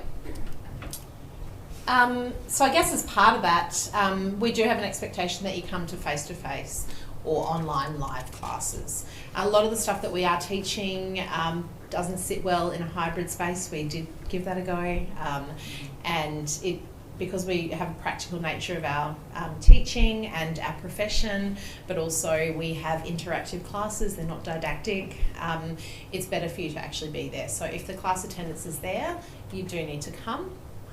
If you can't come for any reason, it is expected that you will let your topic coordinator know via email. I'm sick today, I can't make it in. So I guess on the flip side, if you are sick, we also don't expect you to come in, because we've learned anything through the COVID process is that we don't want to spread germs and make everyone else sick around us. So come to class. If you can't come, we will support you as best that we can to make sure that you can catch up on the work. You can also connect with your peers and ask questions, so that would be encouraged. How did that go? We will make sure that the work is available for you to support your learning as well. Yeah, I think that's really everything that's there. So the expectation, I think we've kind of gone through most of this. I will cover email communication shortly. So these are our professional values. We have outlined them again in the course handbook, and these are These were developed a few years ago by the teaching team with students to really think about, well, what do we hold ourselves accountable for, and then what do we hold the students accountable for as well. And this is about learning how to be an occupational therapist, learning how to be a health professional. And so these are the things that we are going to try our very best to embody, and we encourage you to start thinking about that and taking on these values for yourself. So these are around respect for others and respect for yourself. So that might be in the classroom, that might be on clinical placement as well. Advocacy for justice, social and occupational, and I know Sandra's going to go into a lot of that as you go through occupational science this semester. The responsibility for self-directed learning, and as part of that, that's also reaching out and asking for help if you're confused. If you are confused about anything, if something doesn't make sense, come and ask us. One of the things that we find is that everyone's confused, but then they all talk to each other and they're all confused and they all do the wrong thing, which is often quite funny. And you're like, how did that happen? But please, if you are confused and if you asked a peer and they still don't know, just send us an email. Come by our office and ask us. We are very happy to direct you in the right direction so that you are learning what you need to learn. I was just thinking about that. As much as we love a drop-in, that's great. We'd like, as you walk past our offices, feel free to say hi. How you going? We'll say hi. But we are often, we teach a lot and we have other responsibilities as well. So if you really want to ask me a question about something, I would really prefer that you sent me an email, and I can always say, if you say, look, thinking I'm about to finish IPP, or I've just finished IPP, are you free for the next 20 minutes so I could ask you something? I will do everything in my power to go, actually I can make that work. But if you just turn up at my door, I could be recording a lecture, I could be in a meeting with someone, I could be meeting with another student, I could be rushing off to teach. So for me, I certainly prefer, and I think all the staff have asked us to sort of say, send us an email requesting a chance to meet, and that way you won't waste your time. But also it's good if you do say, I happen to be here today, because we would generally like to talk to you face to face rather than we can do Teams meetings, and that works fine, but it can be nice to meet face to face. So we will try and prioritise that, but just I think people think it's easier to just kind of pop by, but then I'm always in that position of going, I'm really sorry, I can't actually talk now, and I feel rude and like I've let you down. So just understanding that we are all really busy. We will try and make sure it's very clear on one of our web pages what days we work as well. So then that makes it easier for you to catch us or offer us times that work. So if you know, I really would like to speak to you if you're Friday. I don't work Friday, so I'm just going to go, no, I'm not. So yeah, think about what that might look like if you look at our timetable too. And I think maybe it possibly comes up, but while we're talking about it, this respect for others and self, we're working really hard as a team to do that around respecting our own time. We'll talk about occupational balance. We know that sustains people, that keeps them healthy and well. So we don't respond to emails on a weekend because we're not paid to work weekends. We do a lot of hours during the week. Most of the people who work part-time have other jobs, clinical jobs, or have caring commitments as well. So we are not on tap for you 24/7. We used to try and do that, and when we had 11 students, that was really easy. When we had 30 students, that was kind of okay.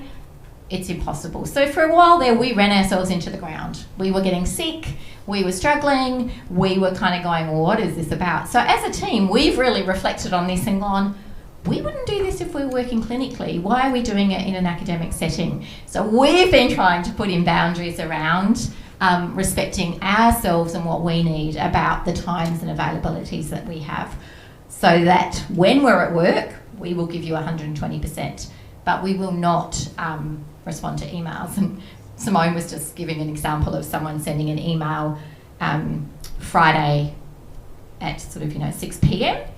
and then she'd finished for the day. She came back to work on Monday and there was an email saying, not sure how I think you must have missed my email, just resending it. And it was 9 minutes, 1 minute past 9 when she starts at 9. It was that kind of sense of going, I didn't miss anything, you know, I'm literally just back at work.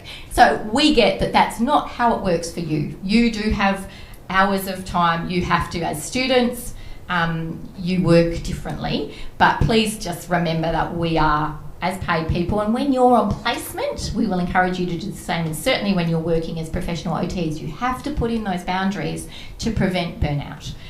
So that's kind of one of those things. We're not just being difficult, we are doing it for a very good reason that is about protecting ourselves and respecting ourselves, so that we know that we can switch off on the weekends. We have other things to do in our lives as well. We get sick, things happen to our family members, just like you, where we might have to take time off work as well and put our other responsibilities first and foremost for a while. So we try very hard to put out of office in, so if you get a reply, you'll know that we're not there and we'll get back to you. So we do try. I'm probably one of the worst at remembering to do that, but I don't work any Fridays, so that should be easy to remember. And I think the biggest thing to probably think about, because I know that students get really panicked when assignment extension requests are given or are requested on a Friday afternoon, and we don't work till Monday and the assignment's due Monday, and they spend all weekend panicking about, will I get this extension, won't I get this extension? Or emailing every 2 hours going, just wondering if you've seen this yet. So I really want to stress that if it's something like that, the sooner you can get that assignment extension request in, for example, the better. So you don't spend a whole weekend feeling anxious about whether we will approve that extension request on Monday when we get into work. Because also sometimes Monday I come into work straight into like a whole set bunch of meetings and don't look at my email till midday, and that's going to make it even worse for you as well, particularly if the assignment's due at 9 a.m. So I think to relieve your own anxiety, just be aware that if you're going to need something, try and look at it earlier in the week. And you can always submit an assignment earlier. Like if you've requested an extension and then actually everything works and you submit earlier, there's no penalties for that. There's not a problem with doing that. We are pretty generous as a team around accepting extensions. We get it. We know life's tough. And we know things happen on the weekend. We know that you anticipated doing it, but actually you got really sick on Friday evening and you couldn't do it. But we are just generally, we're going to look at it and go, yeah, well, that's reasonable to have that extra request. But just know that we're not looking at our emails all weekend, checking the extension requests and approving them. So when in doubt, put it in early. Yeah.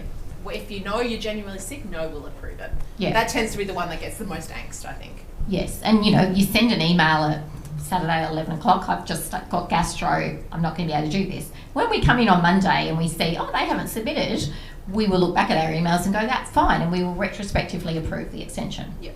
Right? It's reasonable. Of course. I think, and I guess that just comes down to that communication process, really. So yes, we also will respect you and try our very hardest to do your own time, to try our hardest to do things like stagger your assignments so you don't have every single assignment due on Monday, week 5. So we really try and support that for you guys as well. We have the value of engaging in the learning process, and I think Sandra's talked a lot about things like prep work. That's part of that demonstration that you're engaging in the process, but also in the classroom, being part of those discussions. It's lots of fun when you ask a question, then it's like radio silence and no one speaks. So, get into those discussions. You're only going to get out of it what you put in. So we really encourage you to have that collaborative learning in the classroom as well as at home. And if you're someone who's feeling, nervous about coming into class and feeling nervous about the whole concept of studying OT, and wants to just sit back and be really quiet, one of the things you could do is to just challenge yourself to make one comment in the first class that you come to. Because as soon as you do the one, it's actually easier to do the second and the third. Again, our job is to help in those tute groups and workshop groups, help you build that sense of relationships within the group, so it starts to feel easier to be able to communicate. And we've tried to do work to make sure that all our tute groups, let's hope it works, have a mixture of students that are direct entry, that are international, and that are from the undergraduate program, so that you get to know everyone in the cohort. And I'd really like to challenge you, if you're coming into the room and noticing someone sitting on their own, go and approach them, because often they might be just as scared as you to speak up. So I think let's just try and have a sense of inclusivity and make everyone feel welcomed. Yeah. And this is part of this, celebrating and respecting diversity and difference. comes down to kind of going, okay, well, I don't know that person. I'm really tempted to go and sit with those people because they are my people. I studied with them in BHS, but I'm going to challenge myself to reach out to someone else and find out more about them and who they are. And just that responsibility for self-directed learning is what I was talking about in terms of, if you let me know that this is the reason why you can't be in class, then I'm going to support you. But if your choice around taking a holiday or whatever it might be is to not come to class, then that's on you, because you've taken that responsibility to do that in that way, and that's fine. Yep. But you won't get the support. So we're just trying to make those very real around what they mean to us. And as Elise said, they are linked to professional practice. So we will be talking all the time about things like, for example, if you were an OT, you can't not submit your report on time to NDIS, because that has significant funding implications for your client. So you would have to go through a rigorous process around thinking about, how do I manage my timelines about that. So all of the stuff that we're doing in academic setting around assignments now is about preparing you for that real world practice that you will be doing. So also we've got values around reflective practice, ethical practice, and commitment to cultural safety. So some of those points we've talked about, some we will go through in more detail as you start to work through the program next week. Language is powerful. So I think we've kind of talked a little bit to this, particularly when we're thinking about cultural responsive practice. But I think it's also really important that we think about this from, I guess, the disability space, and thinking about how we can use inclusive language in how we talk about the people, the case studies that we're working with, talk about the clients that we might work with in clinical practice. Because we know that how we speak and how we write and how we talk about people will actually influence how we interact with them, but also those around us. So you guys are embarking on occupational therapy career. So this is your chance to be, because once you start thinking about like an OT, you're not going to be able to think any other way, and you're going to have that influence around all the people around you. So I think this is your chance to think, linking to advocacy, how you actually talk about your profession and talk about the people that you're going to be working with. How can you be agents of change? So I'll use that term a lot in Ox-Science around advocating for those people, from diverse and different backgrounds.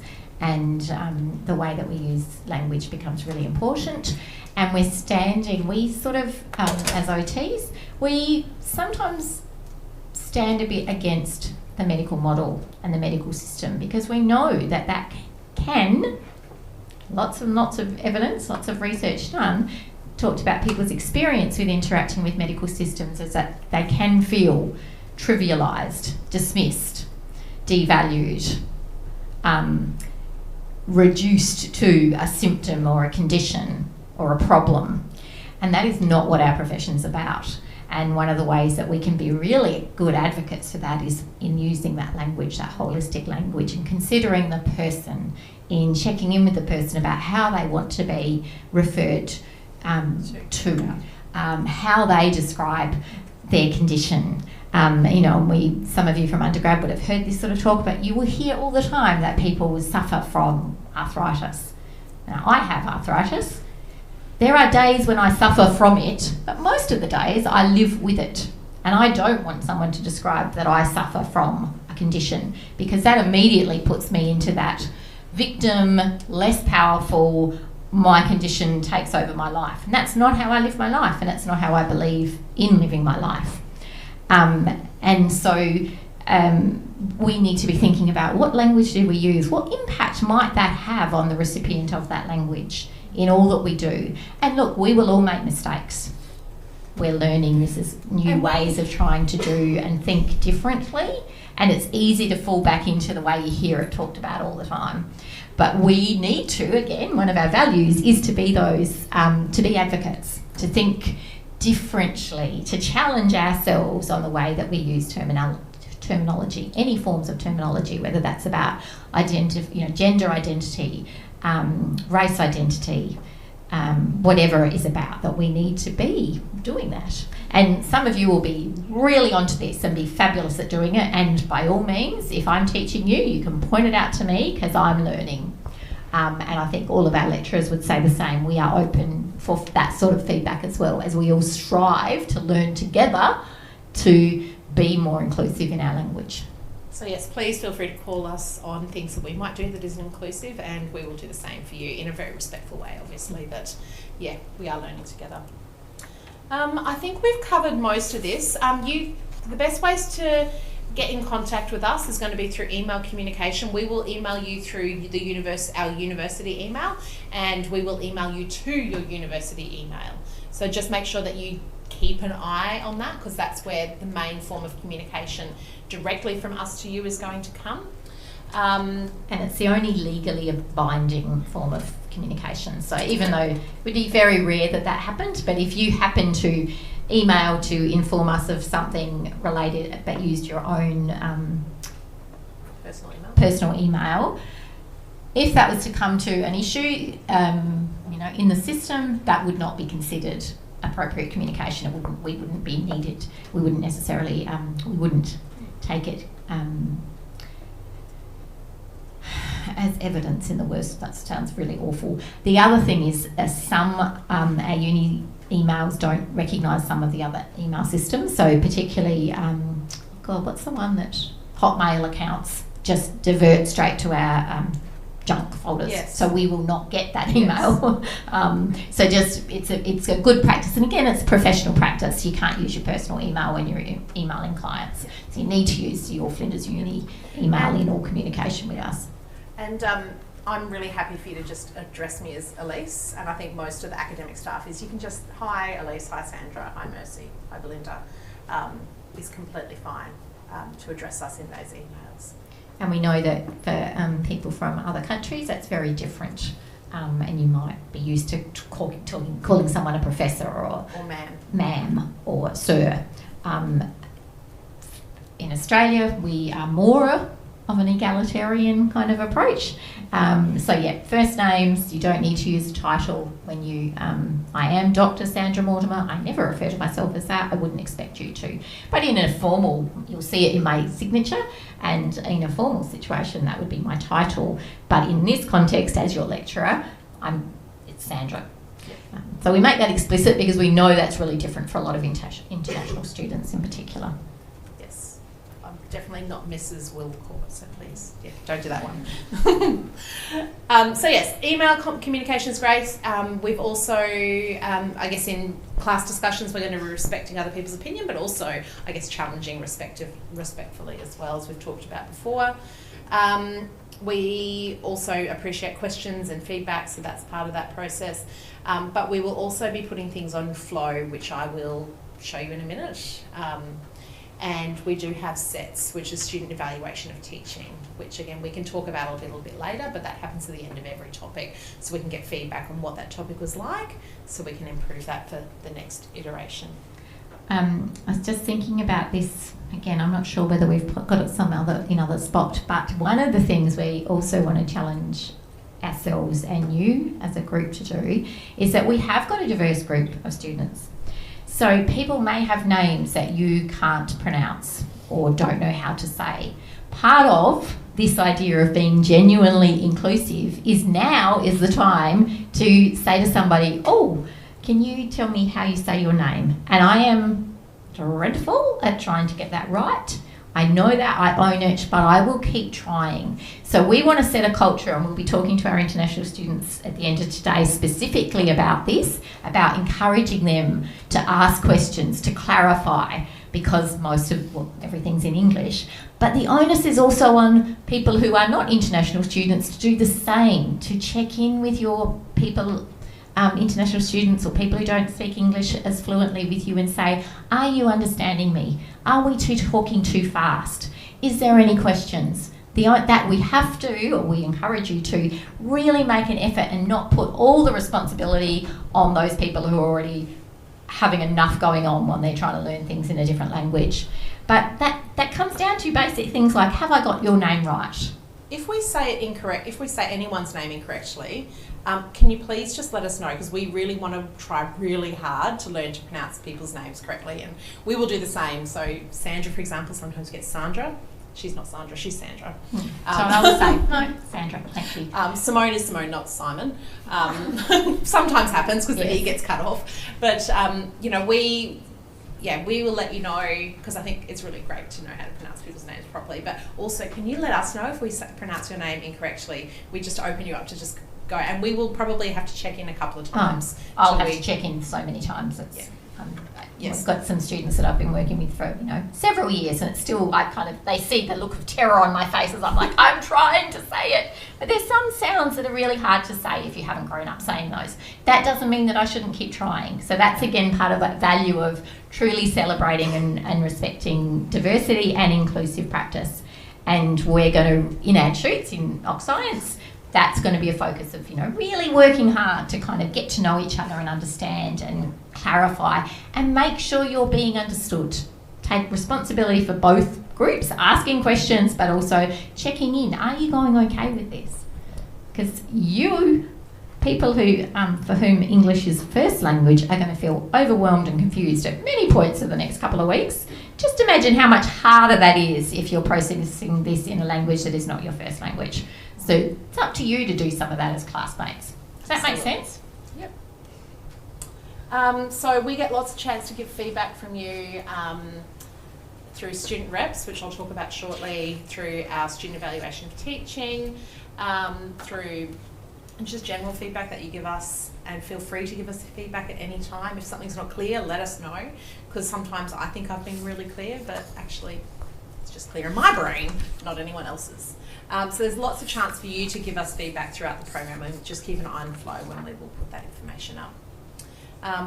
We will be calling for student reps, and we try and get 3 student reps per year level to really represent the 3 different pathways into the program. So we look for a student rep who is international, a student rep that's direct entry domestic, and also a student that's come through the BHS MOT pathway. So it's not an onerous task. You meet probably 2 to 3 times a year, collect feedback from your peers, but also come into some of those discussions that we will have around the course program, and feedback on things that we can look at improving, or I think that's pretty much the main thing. Just being a voice and a representative for your group.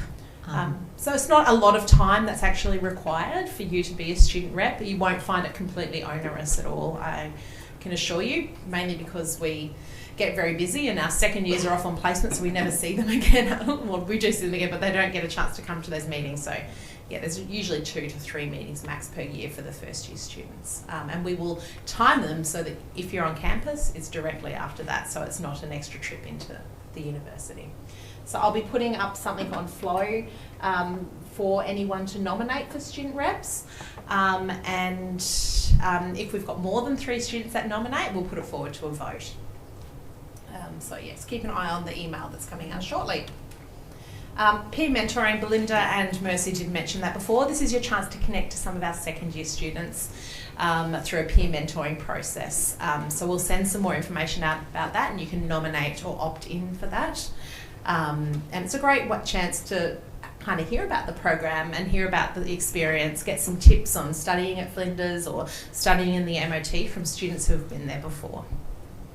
And again, it's quite informal, so it's about catching up for a coffee in the first instance, or however it works for you.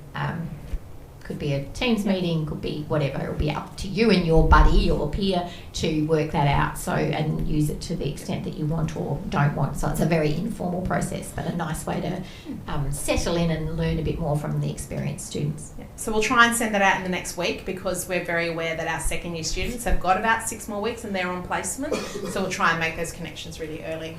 I'm just going to flick through some of these things because we are out of time. And I can probably talk about some of these things later. Probably important just to show you quickly. This is Flow.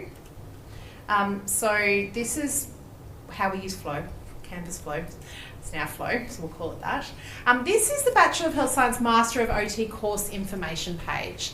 So this is our main way of communicating with the whole cohort, all you guys, or the whole 2 cohorts, first and second year, or students across the whole 5 years. So we have our undergraduate students in this on this page as well. So probably the big thing to look at is going to be announcements. So you'll see these here just for your interest. We have got the ATSA Independent Living Expo. It's free. It's happening on the 6th and 7th of March at the Adelaide Showgrounds. It's a great chance to go and look at all the equipment. So there's lots of providers that are going to be there showing their stair lifts or their wheelchairs or their different assistive devices. It's free to enter. OT Australia, who I'm going to talk about in a moment, will also be there, as well as lots of consumers that come in and have a look at that technology, and lots of therapists. So you won't just see OTs there. There's probably going to be physios, speech pathologists, other disciplines that work in this space. So have a look on there. It's a great thing to go to, and it's free. It doesn't happen in Adelaide every year, so a really great chance to just go and look at all this really cool tech that's out there. But announcements is the place to go. This is where you're going to find announcements. You will also find under groups, and I'm not sure what the student view looks like. Let's just see quickly. Thank you. There'll be a group that's going to be made for just you guys, and this is where MOT Class 1, I've got most of the students in there, there's a few to go. This is where you will, I probably can't enter it, find announcements that are specific to you guys. So if there's something that is directly for you, that's where I will put it, and it will also end up in your inbox because those get fed into there. So just keep an eye on it. It might end up in your junk, so just have a look. We've also got modules in here that some of them are available. So for example, you'll be able to go in here and see the teaching team. So we've got little bits of blurbs and photos of all of us on here. It's probably what's in the student handbook, so you probably have already read it. The teaching schedule that we put up before, there's links to student wellbeing and support, stuff around the student uniform, student awards, things like that. So this is again where you can find some information about the course that's going to be important. I will also have in here, and this may not look like this, I might change it, but information for any part-time jobs. So sometimes we have employers who are looking for support workers or carers, and they love occupational therapy students to do this role. Some of you are probably already carers already. So I'll put any of those jobs that we see there, but we also get lots and lots of jobs that come through towards the end of the year for new graduates, and you guys will be able to see and have access to that just to get a bit of a sense of what are these jobs that are coming out, what is going to be available when I graduate next year as well. So keep an eye on it, just make note of whether it's a job around an occupational therapy job or a job for you guys as a student. Okay? So this is going to be the best, where all the information that you need to access will be. Probably the last thing I'll mention is Occupational Therapy Australia. So this is our peak body that represents occupational therapists. It is free for you guys to join as students, and I really recommend that you do join. We as academic staff are all members of Occupational Therapy Australia, so once you graduate it just does come at a cost.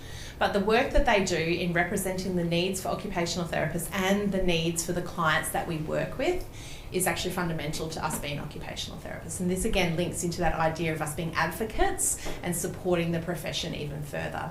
So they've done some amazing work recently around the NDIS. You've probably seen a lot of it in the news, a lot of the issues with the NDIS and the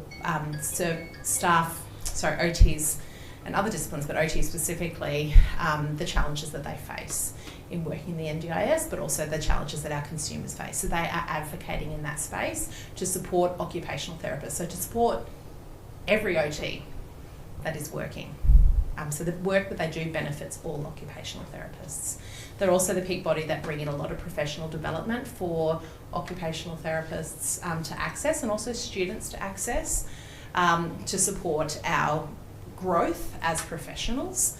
And what is very exciting is that the national conference, which happens every 2 years, will be happening next year here in South Australia. So that's a great chance for you as members to attend if you like. They do have student membership, and there's also opportunities to be student ambassadors, which they will be putting lots of posts out wanting students to volunteer and help with when we get closer to the time. So you can join for free if you're not already a member. We strongly encourage you to become a member to support the profession. And there will be events throughout the year that they do run for graduates and for students coming towards graduation. So they do lots of work to support that first year of getting into jobs and then maintaining that job for you as well. So, yes, become a member of OTA. You all get a break now. So we're giving you half an hour to stretch your legs, go downstairs and get a coffee if you want. I'm also going to be up the end, probably after 10 minutes or so, taking photos. So we have a wall or some paper that has all your photos on it. It's just used by academic staff so that we can get to know you. So when you send an email and I see it and I see it's from John, I can look up there and start to connect your face. It really helps us more quickly get to know you all. So we're going to take photos up the end if you can come and see me 10 minutes time or so, and we'll just get some photos happening. It's not shared any broader than the team, so don't stress. So we are going to come back now at 10:02, so 11:50.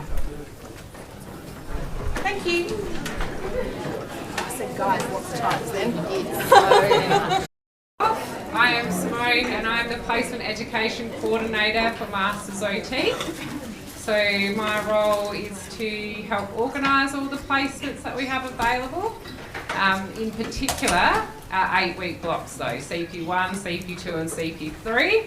Just to be a little bit confusing, we have another one of our staff members, Kate, who is organising the observation placements, but I'll still talk about them today. But she's the key contact for observation placements. But I just wanted to talk to some of the upcoming slides because we'll be working together a lot over the next 2 years around your fieldwork placements in terms of organising them and supporting you on placement with the rest of the team. Do you want to just tell us a little bit about yourself as well? A little bit about myself. Well, yeah, as an OT, you can say whatever you like. Okay, so clinically my background is in mental health, so I also teach into the mental health topic often.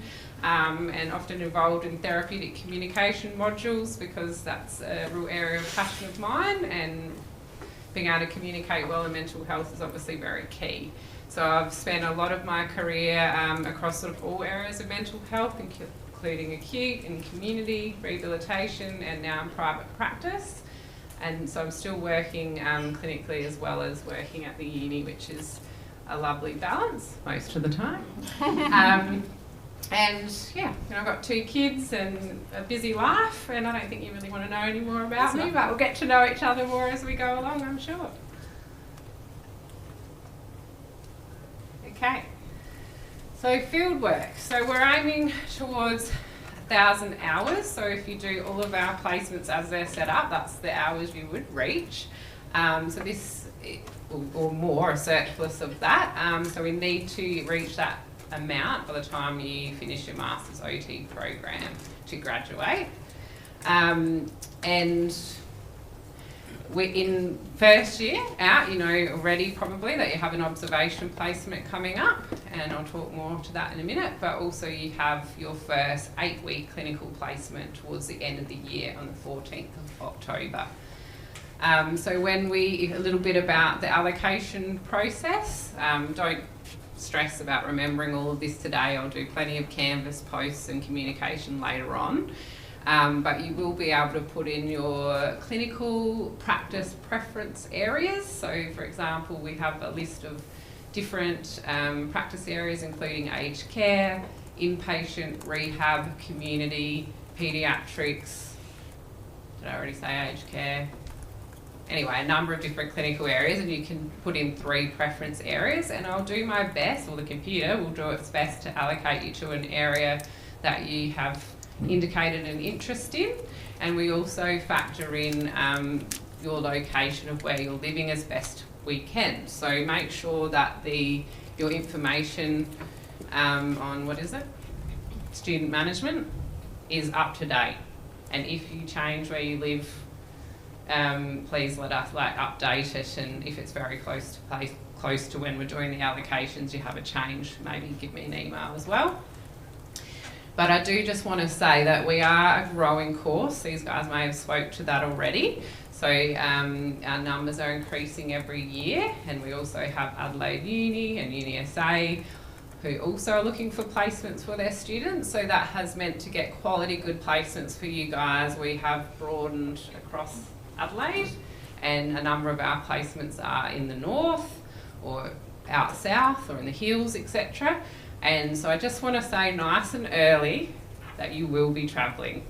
There will be up to an hour or more travel for at least one or more of your placements potentially. So it's not ideal sometimes, and we do our best to reduce it, but there's so many other factors we need to consider, like a broad range of clinical areas to meet registration, as well as whether you're a driver, non-driver, and many other things. So just keep that in mind. It's good now, you've got that 8-week placement later in the year. It's really good now to start thinking about how can I plan for that. There's going to be financial challenges of travel time and getting to placement. And what can you do to save for that, or set things up, or thinking about things like bulk freezing meals and things like that in readiness for placement. So we'll go into second year, and you have 2 more 8-week placements. So that's on, I'll go ahead and you'll be able to see where that sits, but in the May and July months, so that they start, and so they're sort of back to back. We've done that. You've already gone through that, yep. And then you do your transitional to professional practice project to finish off. So as I said, there's that variety of different clinical areas that we try to make sure you get a spread of. And I guess the other point that I wanted to talk to is rural placement. So it is an expectation that you do a rural or remote placement in Masters OT. So it's not something that we can negotiate unless you have, you can look on the website and see what eligibility there might be to not go on placement. So if you're a carer, someone with a disability, or you have an access plan and perhaps have a health condition or disability yourself, you may not need to go on a rural placement. But financial challenges and things like that is likely not to be a reason to be able to go rural. Okay.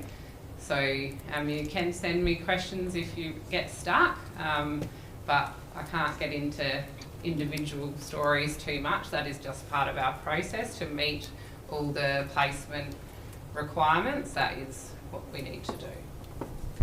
I think it's important to add here that there is financial support, which you can find on the OT Flinders placement website, and the link is in your welcome manual.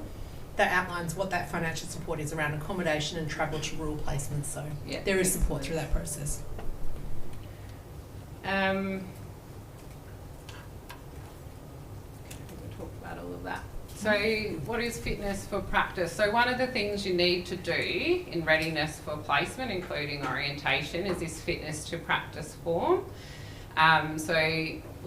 Where there is, this form is asking, where there is a pre-existing physical, medical, mental health or other condition that may affect your ability to practice or impair that ability to practice, you as a student must discuss this issue in the first instance with a disability advisor at the University of Health Counselling and Disability Services. And there is then a process that needs to be followed, outlined by Flinders University policy to ensure students meet the requirement for registration as students with APRA. Okay, so if you think that you are one of those students, please seek out a disability advisor for further information, but also you can reach out to us if you need further clarity. So a fitness to practice declaration is completed by students as a part of compliance, so by all students. And if you are a student that has a medical, emotional, physical or psychological condition that may impact on clinical placement, then you would need to indicate that on the fitness to practice form, and you would need to get a GP or medical specialist to sign off to say that you are fit to go on placement. And they can also provide recommendations for that. So they might say yes, but requires this, this or this, and then you will work with the disability advisors and then with us about what sort of accommodations or things may need to be made to ensure that you can go on placement in a way that you're safe and everyone around you is safe. So that form is then submitted via In Place and discussed with me.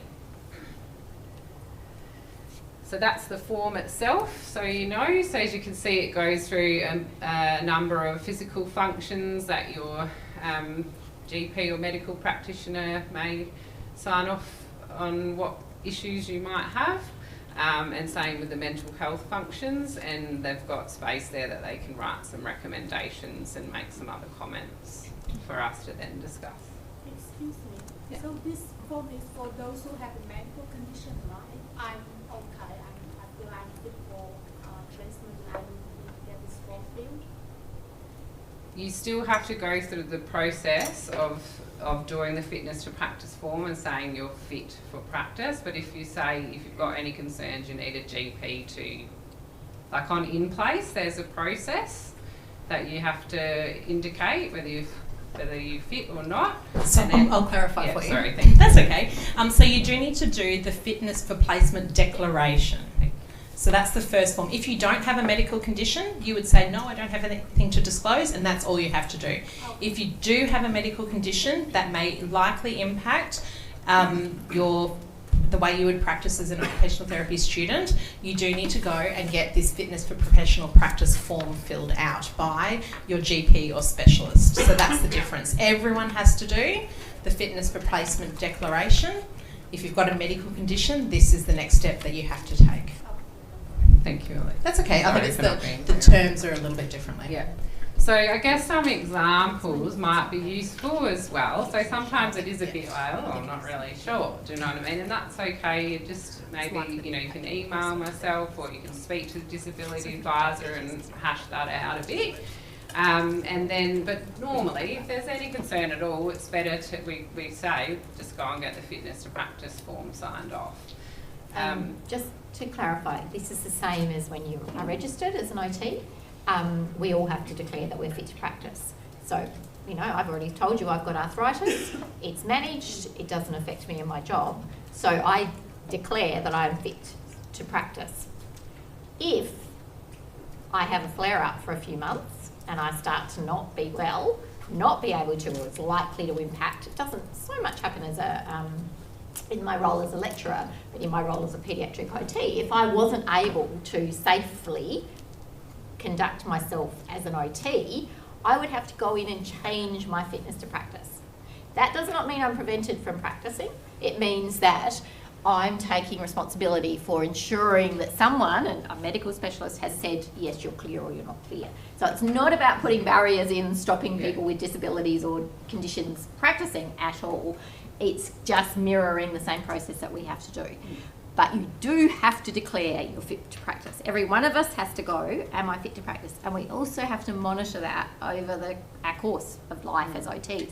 For you, it's over the time as students. So if you've got a condition that you manage really well and it's not impacting you, that's fine.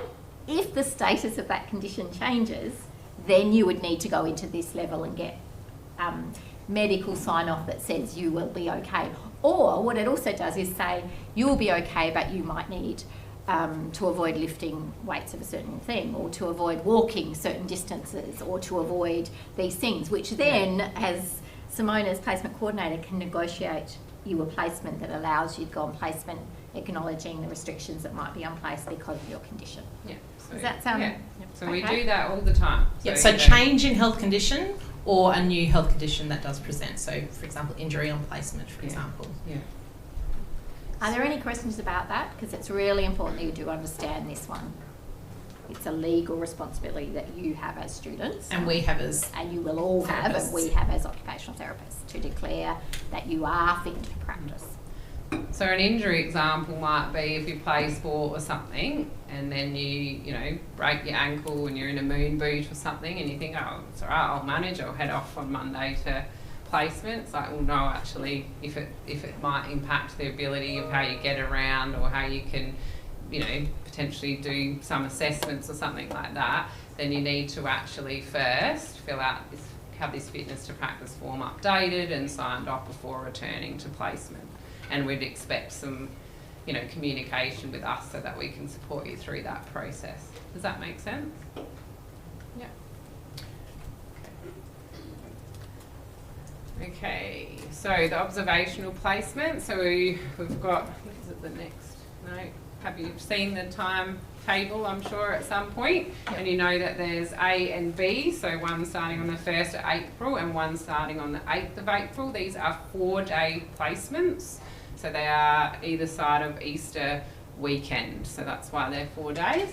And then the third block, or block C, is just for people who are having difficulties with their compliance. So you will more than likely be allocated to A or B. Does that make sense? For 4 days. So there was some prior information that may have indicated otherwise, but it is a 4-day placement. Can I have a question about Yes. this? So if I'm assigned to for the first week, that means I have the second week off, or? Correct. Thank you for clarifying. That's right. You only have to do one of those blocks. So you will either do A or B. And the week that you're not doing, you're on, is that right? They're on break? Or do they? Yes? Yes, you're on break. And the way you're allocated to that is just going to be based on postcode. So you need to make sure that your address is up to date in the student system. Those placements are based on how close you are. So for example, if on the system your address says China, you'll be given the northest placement that you possibly have. So it would probably be up in Gawler. So somewhere up north of Adelaide, and if you live all the way down south, that's a long way to travel. So just make sure your address is up to date, okay? And then whether you get week 1 or week 2 is going to be based on what offers we have for each week. So we don't have a lot of flexibility to choose whether you're week 1 or week 2, but if you do have a pressing need, so for example surgery that's happening in week 2, then we'll do our best to give you week 1. But that needs to be communicated with Kate around that, and then there'll be special circumstances for us to allocate. Students that are unable to get compliance done for any reason will do an observational placement at the end of the semester, but keep in mind that will shorten your break at the end of the semester as well, so you might want a bigger break. So we only have a few spots there. It's not there just because you couldn't get around to getting your compliance done. It's really if you've been held up for anything for a reason. So nearly everybody should be going in placement block A or B. So when will we find out placement date? Shortly, so Kate's going to be working on that now. So because it's only in about 5 weeks' time, you'll find out really soon. She's pulling that information together. And also the form, the fitness for placement declaration yes. form, can we find it yep. on the website? Or? Yes, I can show you exactly where to find all that information because someone was just asking that a second ago. There's another question, I think. Yeah. Oh, okay, cool. While she's looking for that, with observation placements, you do not need to go rural because we can't get student accommodation for less than 2-week placement blocks. But if you are from the country and you really want to do a placement at home, we may, but may be able to organise that. And I do want to let you know, if you happen to be from Berry or you have people you can stay with in Berry, there is a placement site really keen to have students, and I think either of those blocks, A or B. So please just email me or reach out to me if you are interested in doing your observation in Berry, but you have your own accommodation you can stay in. Does that make sense? And if you're wanting, if you're also if you're from some other country region, just let me know Kate if that's what you. Yeah, me and Kate. Maybe can help you with that. I just updated my address today. That's fine. You'll be fine. Okay. Yeah, she hasn't gotten to allocating yet. So you'll find all the information if you look on here now. I've put up. So I just Google OT Flinders placements, and this page comes up. So this is linked on the handbook. This is where you'll find every bit of information that you need to know about placements. But probably the most important one is this pre-compliance checklist. Click on that, and it will give you everything that you need to know to be able to access. There's links into all these things if you haven't found them. Now the fitness declaration should be here.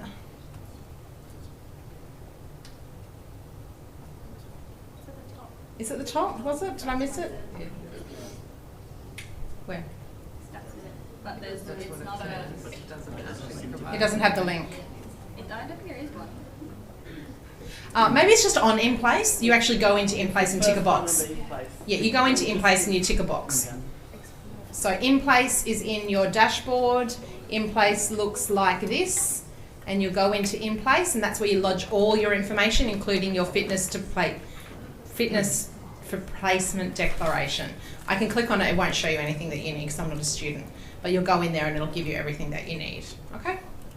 And Elise has probably said if you have questions for compliance to ask the cnhs.placements. So again, that email is in that handbook. That's the address you have to email. Don't ask us about vaccination because we don't know. Just for the vaccination. We don't know. We don't know. We don't know. No, but even if it's incomplete by the end of the process, do we upload the incomplete form on InPlace? Ask Cara. Email placements. They will. I think it's worth updating and putting it up every single time so we know where you're at. But again, that's a placement email question. So we don't. We hold lots of knowledge in our head. We don't hold compliance in our head. Sorry, we leave it to the experts. Expert space. So, yes. So rural placements start with your 8-week placement blocks, not in observation unless you request it specifically, and then we may be able to do it, or you want one of those berry ones. Moving on from that then. I talked about that already. Talked about making your address correct and compliance.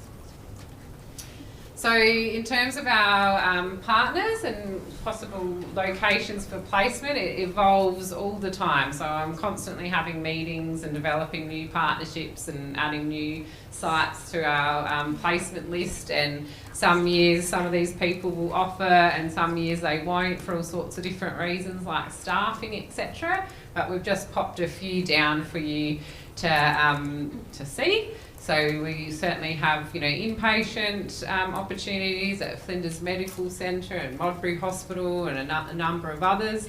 And we have, as we talked about, lots of paediatric opportunities, some in government, some in community. There's constantly growing space in community private OT work, obviously, and we have a lot of opportunities within that, some in aged care, some in adult and some in peds. So I've gone through the partnerships.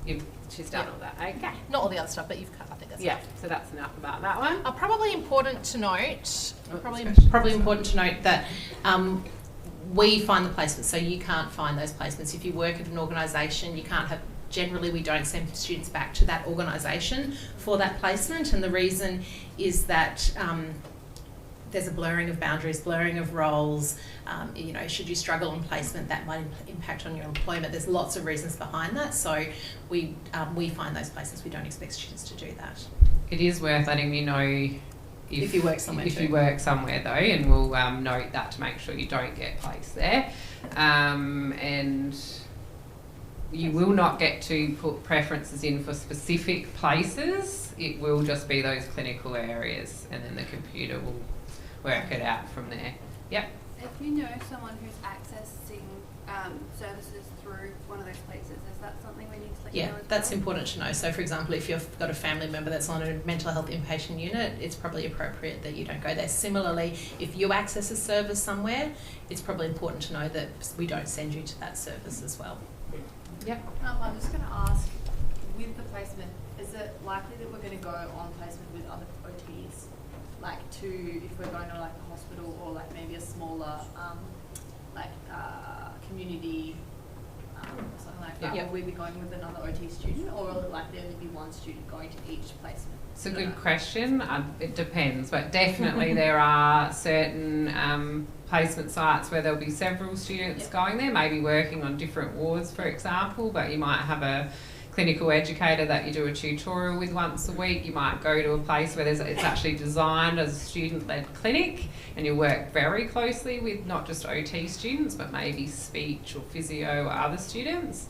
You might go to a community private practice that said we want 2 students, so it can be a peer-based placement. And then there are some who will just take 1 student and you work more autonomously.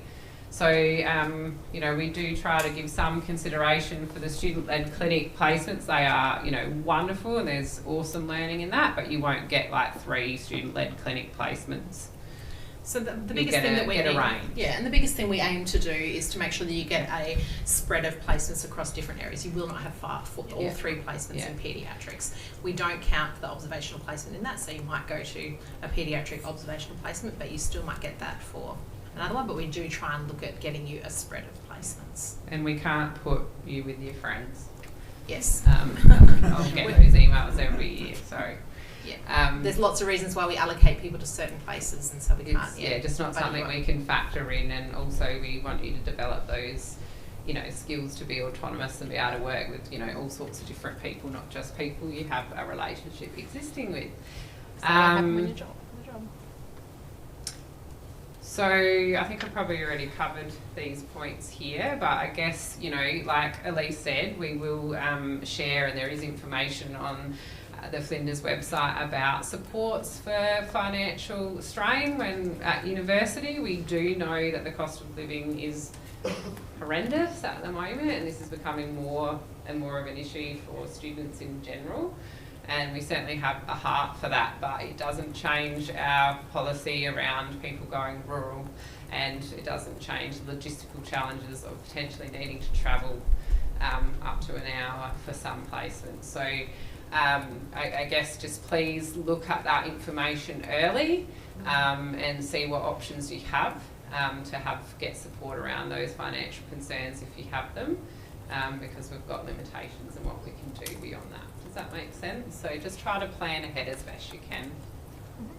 I try to offer the rural placements, like for example our second years this year, we've done an early offer for rural placements to try to give people an opportunity to indicate interest in certain areas and potentially ideally go for CP2 or CP3 if there's a preference there. Again, it's like a you know, you put in your preferences. It doesn't mean you'll definitely get that, but we try to do that early to help with planning as best as we can as well. The last point there around is the licence. So some of our students, for very valid reasons, don't drive or don't have a licence or don't have a car available, and we understand that sometimes that can't be worked around. But I did just want to comment now that if it is something that can be worked around without it being a massive burden to you or super overwhelming, it would be useful for you to have a good placement experience or have a greater breadth of placement opportunities available. Does that make sense? Because there are a number of our placements that can only take a student who can drive, and some of them, quite a few of them, have their own car because of the level of, you know, often in private practice, for example, that's the only way that they can facilitate having students in a community type setting, and often you're meeting an OT at a client's house first thing in the morning or something like that, for example. So I'm just putting it out there. Like, I understand that some of that cannot be worked around, but I did want to give you the opportunity to try to work on it if you could. Does anyone have any questions about that? No? And I will do like a survey soon, which will ask you whether you will be able to drive or have a car or whatever. Yeah. Just going back a bit, do we need to disclose if we have like a parent or family member who potentially be on a placement, like working in allied health? That's useful to know. Yeah, look, I think if you're not sure about something, just email me. Like, I just really encourage connection with you guys anyway, and to build a relationship together. So if you're not sure about whether you should tell me something or not, just tell me. And it's helpful for me to know, or we can just have a yarn anyway. Yeah, and we do need to know if you've got a family member who might be a supervisor. Like, that stuff we can't actually... We don't want to allocate you to your But sometimes, parents. like if they work at somewhere like Flinders Medical Centre, for example, and we might have 5 different locations at Flinders, it's easily worked around and things like that. So it's absolutely not a common issue. No. Yeah. So I don't know, just reading through this, see if there's probably some information we haven't covered. So I guess our rural placements can, be quite vast. They can be you know, in Port Lincoln, Whyalla, we've got Riverland placements, sort of all over. You can see there on that map. So it varies from year to year as what's offered. So what's offered next year might look different to this year. We also have Northern Territory placements that come under this umbrella of rural and remote placement. So if you go to Northern Territory, you don't necessarily have to do another rural placement. That would be counted. I do want to state as well, though, if you have a real interest in working in a rural area, you don't have to do one placement. You could potentially do two. At this stage, we like you to do at least one metro one to have a broad, you know, range of learning experiences. But you know, I've had people that maybe have intention to move back home, do two placements in their country home town, so that they've got a broader sense of what the opportunities are there. Okay, so I just wanted to clarify that. So we have a lot of students that are super keen on these experiences because it's quite an adventure and often very memorable, and you know, country towns are often known for being, and work sites being quite, you know, welcoming and warm and embracing you as part of their community. So I've had very few students. I've had some that be like, oh no, it's going to be challenging going to a rural site, but I've always had students come back and say, you know, they had a really good, rich experience. So I hope that you guys can see the real positives in having these opportunities available to you. Should we mention international students not going on? Yeah, so at the moment, student accommodation is not available for international students in rural areas. So you do not have to go on a rural placement. If you really want to, please let me know and we can try to work on if there's any way that we can support you to find alternative accommodation or something. But yeah, it is difficult to work around the accommodation.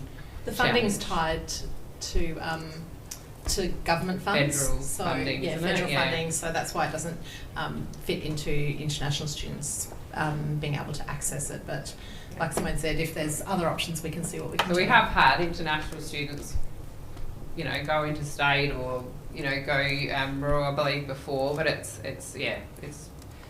something that needs a lot of planning and not an expectation as such. So there is accommodation and travel reimbursement available. So all this information is on the website that Elise showed you earlier, the placement website.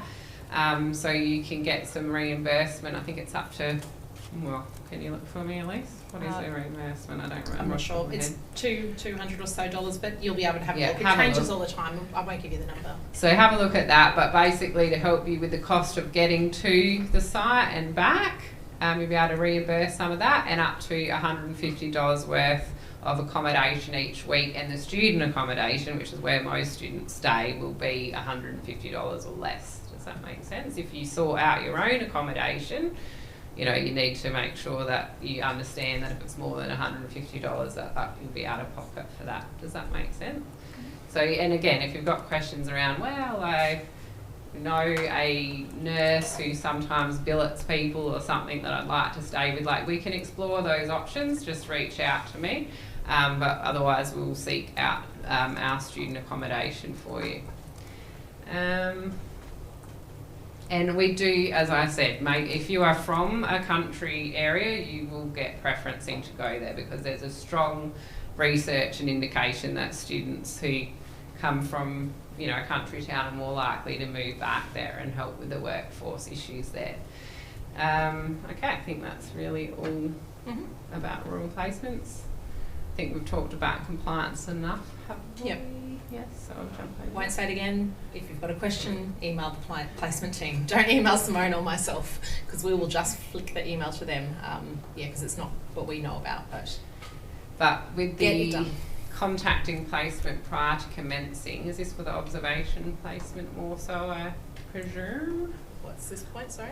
I think this is about contacting placement. Yes, you'll get information about that. We probably don't need to go into it so now. Kate will let you know what you need to do. Please don't contact your site until Kate has given you the information of how to go about that and when to go about that. And when we get closer to CP1, we do a preparation for placement seminar, and I will talk to you about how you approach that for your 8-week placement blocks. Okay? So park that for now. No? No. Yeah, I was just thinking, oh, this one works very well. Can you hear me okay? This one works well.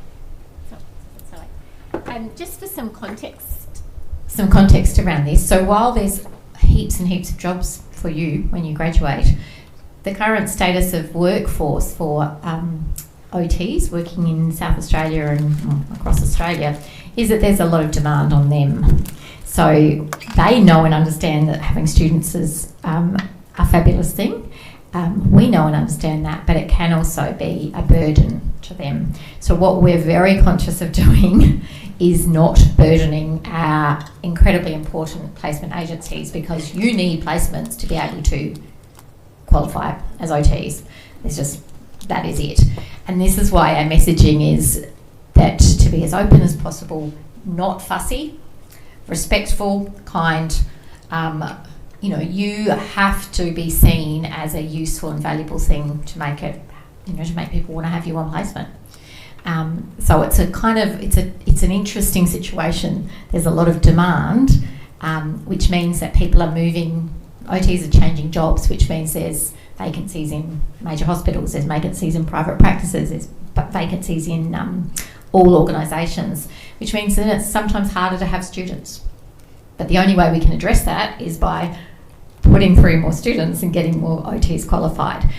So everyone's very aware of that, and we, particularly Simone and I, walk that really strong balance of trying to build relationships with our agencies and sell you as a commodity and counter the idea that you could be seen as a burden in this uniquely challenging time post-COVID.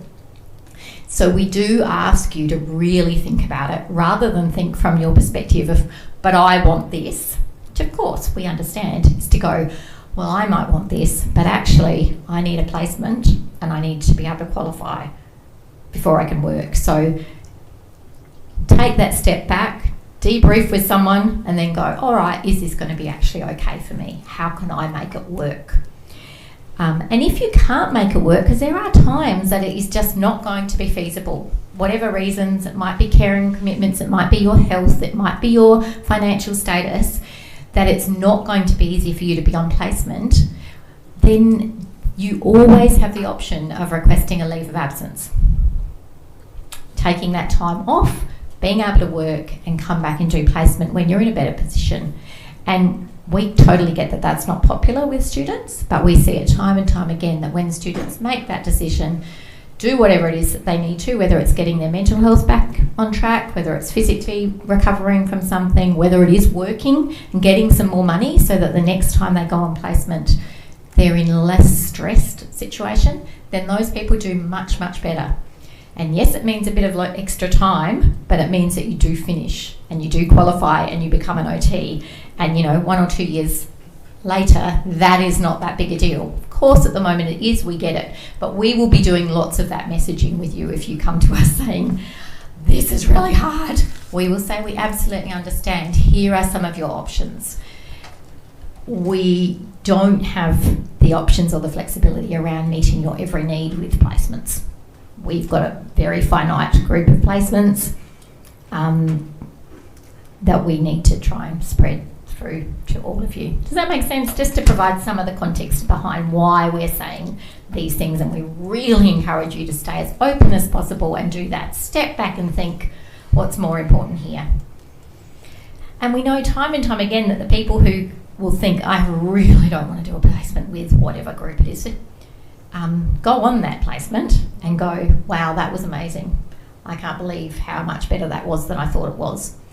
And we really encourage you to keep that sort of a mindset. I'm just going to add one very quick thing. Obviously you share, what you're ready to share and all of that, but the sooner you do let me know if you do want to look at, you've got some issues and you're worried about placement and you're wondering whether, you can have some accommodations or anything like that. The sooner I'm aware, the more planning we can do. ahead of time to be able to get those things in place is very useful for all parties, if that makes sense, including the site. So fieldwork essentials. So you will have an attendance and time sheet that you need to have filled out on placement. So the 90%'s not sure what that is. Sorry, I should have taken that off. I didn't see that when I had a look, but basically you need to do your SPEFA competency. It's an assessment tool that is used nationally for all OT placements, not for observation though, but for your 8-week placements. And you need to sign off, get your hours each week. You need to make sure that's filled out accurately and signed off at the end of placement by your site. So I just want to add that, probably just to really reiterate, that the hours are important. You can't graduate unless you meet 1,000 hours. So that's a requirement. If you don't meet those 1,000 hours, you'll be doing another placement. So that's why we need those timesheets filled out, and you need to be making sure you do all those hours in your placement. And sometimes people will do work from home that's negotiated with their site because that might be normal practice for that site. Their OTs do work from home, or if you get COVID but you feel well, but the rule is you have to have 5 days off, you might do some project work or something for your placements, and those hours can be negotiated with your site to be included and put on your timesheet. If you've ever got any queries about whether it is included or not included, just email me. And those need to be negotiated with your supervisor, but we can go into that in the future. Probably the biggest thing to know now is what you need for your observational placement. So you do need to get your placement shirts. You have had information. Has anyone struggled to find information about placement shirts? If anyone is struggling to buy them for any reason, I do have some that were passed on last year from our graduates. So I do have a couple in my office. If you do need to do that, come and send me an email, and we can look at that. You'll also need to organise your ID badge, and again, all that information was really clear in the handbook, so make sure you've organised your ID badge as well. Insurance is organised by the university, Occ Health and Safety. If there's any accidents on placement, you need to email Simone and she'll direct you into what needs to happen. So if you're injured in the workplace, there is a process we need to follow which we can outline to you. We've discussed driver's licence. I think the next one they ask is about the rest of your uniform. So these are some examples of some shoes that you can wear. Generally on placement we're looking at flat-soled black shoes and then black sort of pant or navy blue. So every site has slightly different uniform expectations, but we really encourage you to, unless they really don't want you to wear your Flinders. And so when we say when you wear your Flinders uniform, that is the polo shirt and the vest that is available. There is a Flinders University Occupational Therapy jumper that is organised by the Student Association. That we're going to have some people talk about that in a moment. That is not part of the clinical placement uniform. So that's not one you wear on placement. That's for, just wearing around out and about, but not placement. Any questions about this, let us know, but this generally is what students will wear on placement. Good, great. We can talk to we've got the links for placement badges, so you can look at that later. Probably just conscious of time. Yeah, we can cover that later. I think that this is, more related to when you go out on your 8-week placements in many ways, so we'll skip over that. We will be sending you through the placement handbook shortly, and all this information is going to be very clearly outlined there. So I guess the biggest thing to do now is to make sure your details are up to date on the student system. I think we've read it that enough. If you don't want to be driving 2 hours in the opposite direction, you're going to get your right address. Let us know if you've got any access plans that you've had. If you send them through to myself and topic coordinators, we'll mark those down, particularly around allocations for placements. And then also email Kate if you have any issues regarding the observational placement. And any questions about compliance, you email placement team. And we don't have Olivia at the minute. She's going to come after. But who we do have are 3 of our second year master's students who are coming to talk to you a bit today about their experience of first year. So we can hand out some mics for you guys if you'd like to. Oh. Do you want to sit here as well? Yes, that'd be nice. You can sit here. I can get you in the video nicely. Sit up. Yeah. Come up here. I'm just using that. That seems to be working quite well. That's not the hardest one. Or they can pass the other one to the seat. It's actually looking quite as well. Really? Yes.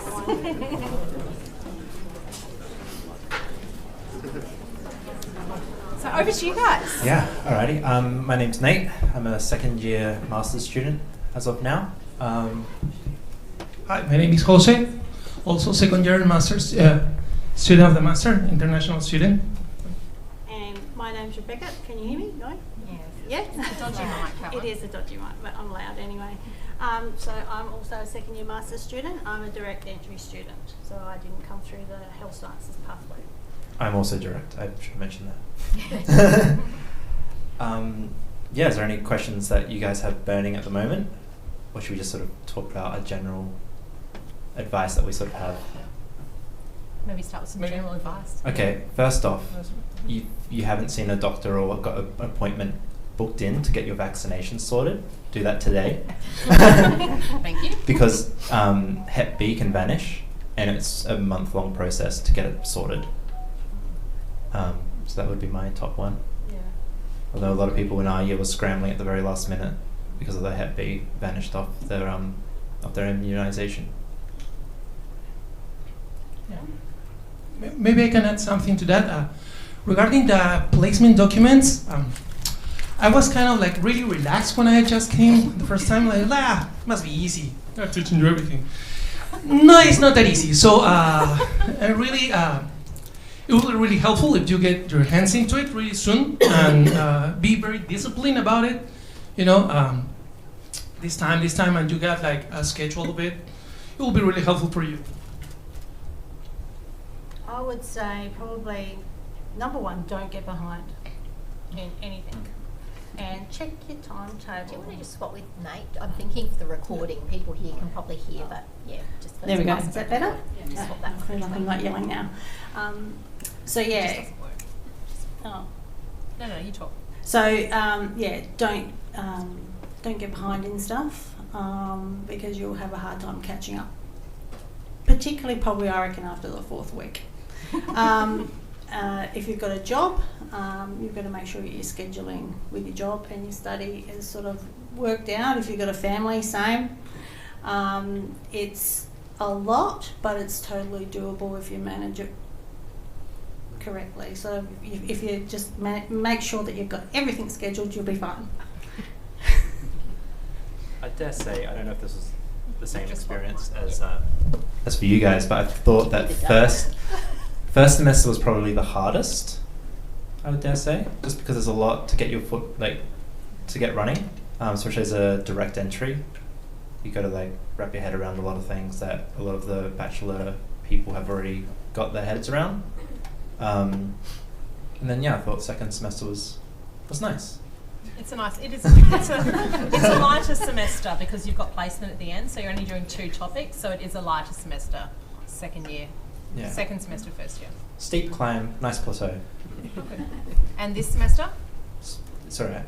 It's I haven't mentally kicked in that we're even in semester. It's still... Neither have we. It's nearly halfway over. Yeah, it's pretty wild. We're in 4th week? Mm-hmm. Yeah. Halfway next week. Yeah, right. Really? Yeah. Huh. Okay, go. As an international student, maybe I can tell you a couple of things I don't know if there are many international students. Yeah, there is. Yeah. By the way, I'm from South America, so if there's someone from South America, be nice to not be the only one in the masters. Okay. Number one, it is important to at the beginning I used to do my homework in English, and it was kind of hard for me because it's not my mother language. So I kind of started doing it in my original language, then using the translator, which is helpful. Then you can get into it. I get it's something good to not to putting too much pressure into you, trying to do everything in English at first. No, you can go into your original language, then use the translator, and then you will get into it. There's something else. I must warn you about the Australian accent. It's really nice. Some of you must realize about it. Sometimes you will be finding hard to understand people, even in your classrooms. I mean, your classmates. Sometimes they have a really strange accent. Sometimes patients will do have a strange accents. Don't be afraid about asking, because people is really nice actually, and it helps them to realize that they are using that accent. So it is good to ask. Okay, it is a good thing. Something. How are some of the ways you've asked, like specifically? What have you said? I must say, sometimes I'm really honest. Like, dude, I don't get anything you say. He says that. He goes, dude. Yeah. Yeah. Sometimes I like say what? I'm sorry, what? Yeah. Just like that. Can you repeat that? Yeah. And if you have, of course, the teachers, they have the classes already recorded, so you can hear that already, and you can ask them at the end of the class. Sometimes you can say, can you repeat that? So it's like that. I don't know, something else? Okay. Do you have any questions? Is it easy to find car park in Depends. It depends. Once actual semester starts, once the semester starts for everybody, so Next week. Yeah, next week. It pays to get there a little bit earlier. So if you've got a 9 o'clock, maybe get there at 8:45, so you'll get a park. Otherwise, you might be parking right up the top of the hill. But it gets better after census. It does get better after census because a few people drop out, but they don't drop out of OT, so you're fine. But usually a few nurses go, and statistically speaking.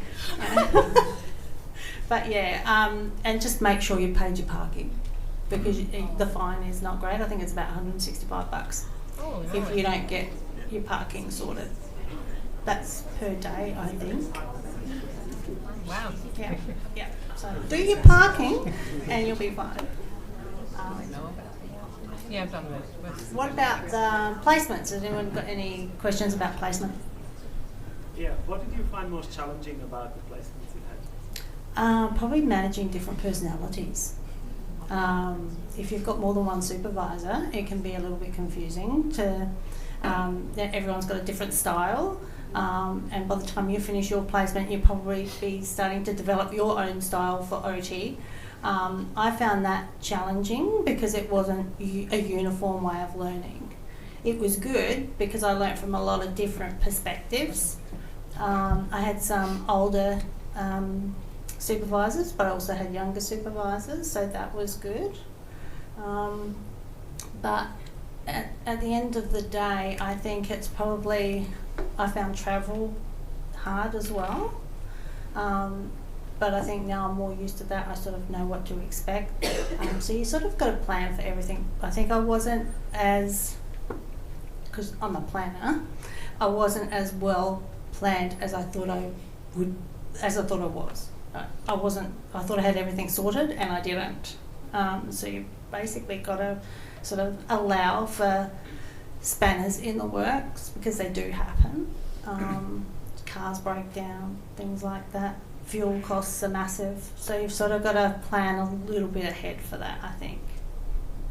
Yeah, definitely is worth putting, like, working, if you're working now, saving if you need to, like, worry about rent and things like that now for placement, because it's I thought I could do my placement, work on the weekends, and continue that cycle all the way through. Does not.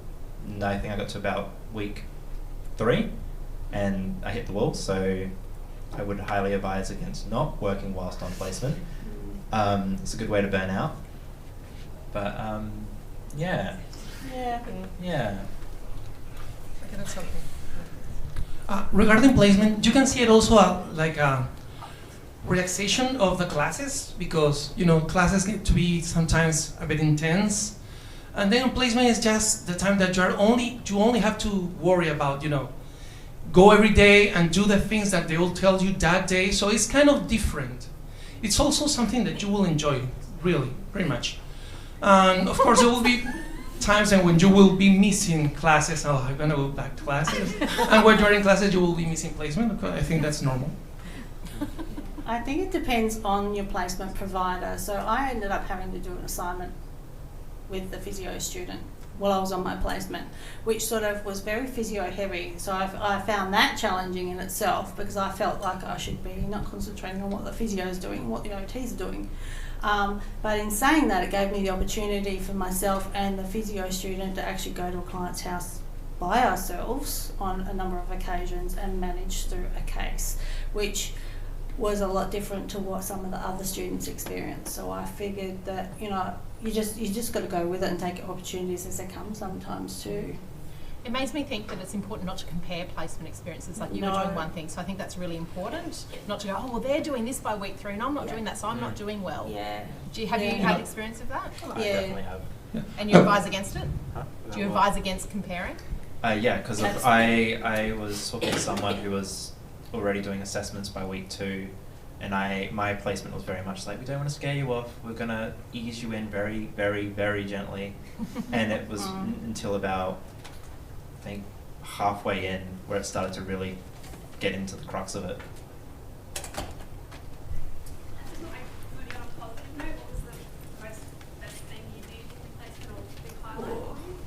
For me, I think it was the last client I saw on the last day of my placement.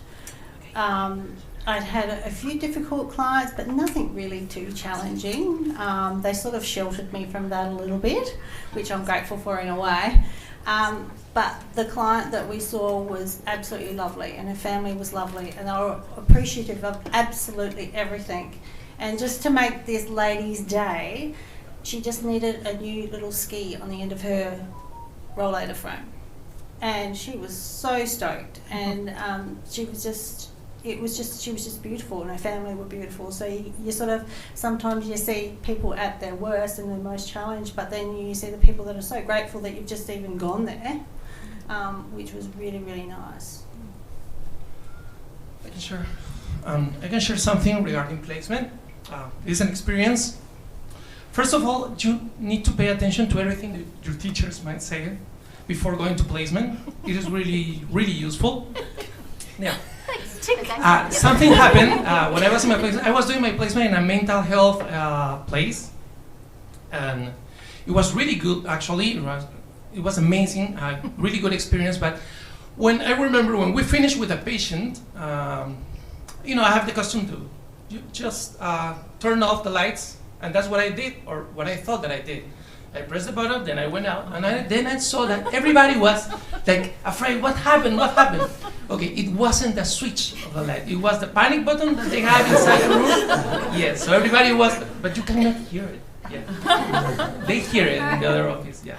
That's hilarious that you did that. Student initiation of it. So it was me. Yeah. Happens all the time. Happens all the time. Yeah. If you don't know what it is, don't press it. It looks like a switch. That's hilarious.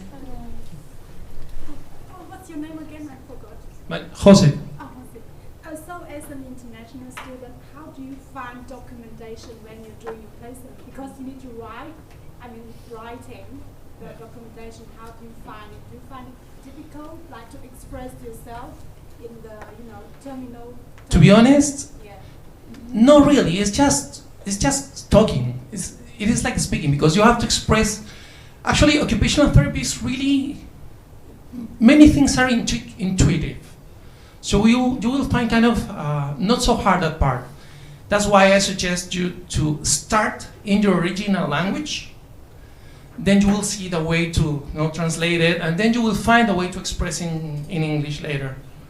But yeah, be sure to always keep expressing yourself in English, because in the oral exams and when you are with your patient, you have to do it. So yeah. You'll get lots of chance to practice documentation this semester. Oh, okay. Yep. So lots and lots and lots of practice. Yeah. That's true. Were there any topics you found very challenging, and do you have any study tips for us? I think they're all pretty challenging. But then I came from a medical science background, so I've had a lot to catch up on, I feel. Probably the first prac exam, the practical topic. for the manual handling and stuff. I think I've never stuffed up an exam like I stuffed that one up. It was shocking. But at the same time, you do get the opportunity to get. I failed my first go, and there's a few people that will, but you just have to bear in mind that you are afforded another go. So you make the most of that opportunity. What did you do wrong first? Like for myself, I was in there, I was sweating, I was having a hot flush and everything else, and I was thinking, oh, do I smell? You know, and it was all sort of playing into and feeding into this really negative mindset. And I think I was actually Brad, who was the examiner, and you'll meet him. He's lovely too. He said, "Oh, you really lost it." You know, so I think, yeah, I did, and. But then, you know, I passed at the end of the day. And then the next practical exam later on in the year, I aced it. So, you know, I learned.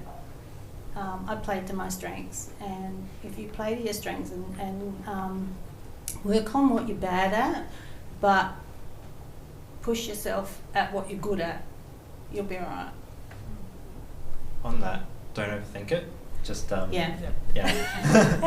Because you do have the second go, so I don't know, if you want to walk in thinking you have a safety net at least of some capacity, or just go in and just be yourself is generally the best advice.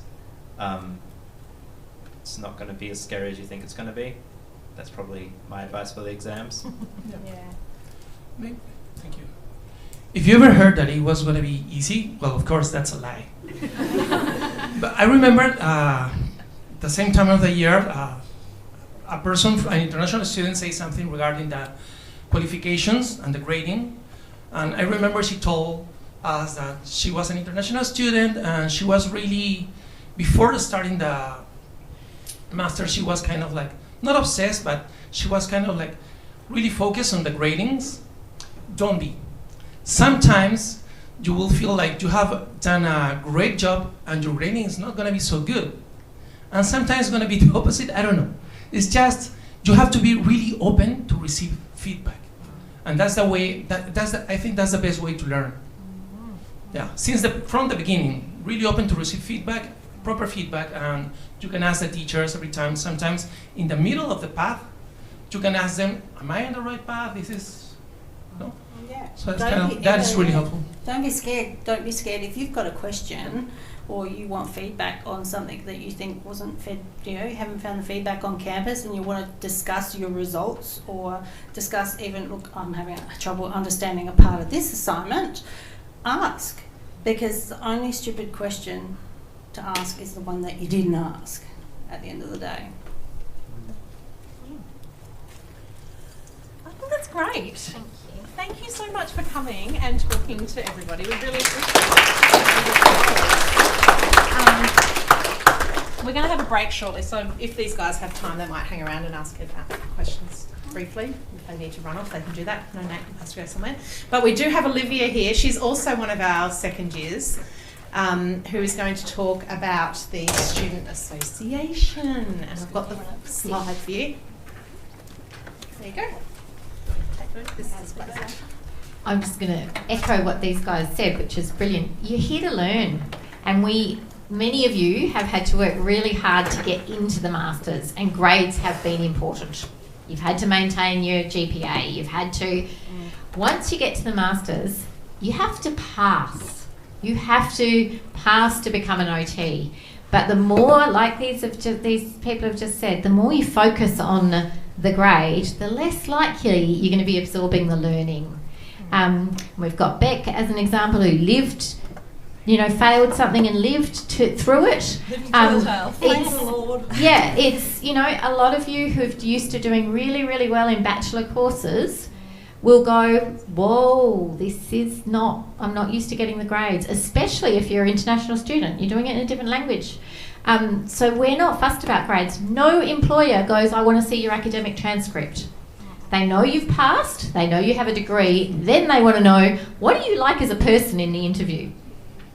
So I know it's really hard. You have to train yourselves to get less fussed about grades and more open to learning. And that's what brings in, okay, I didn't do very well, but why didn't I do very well?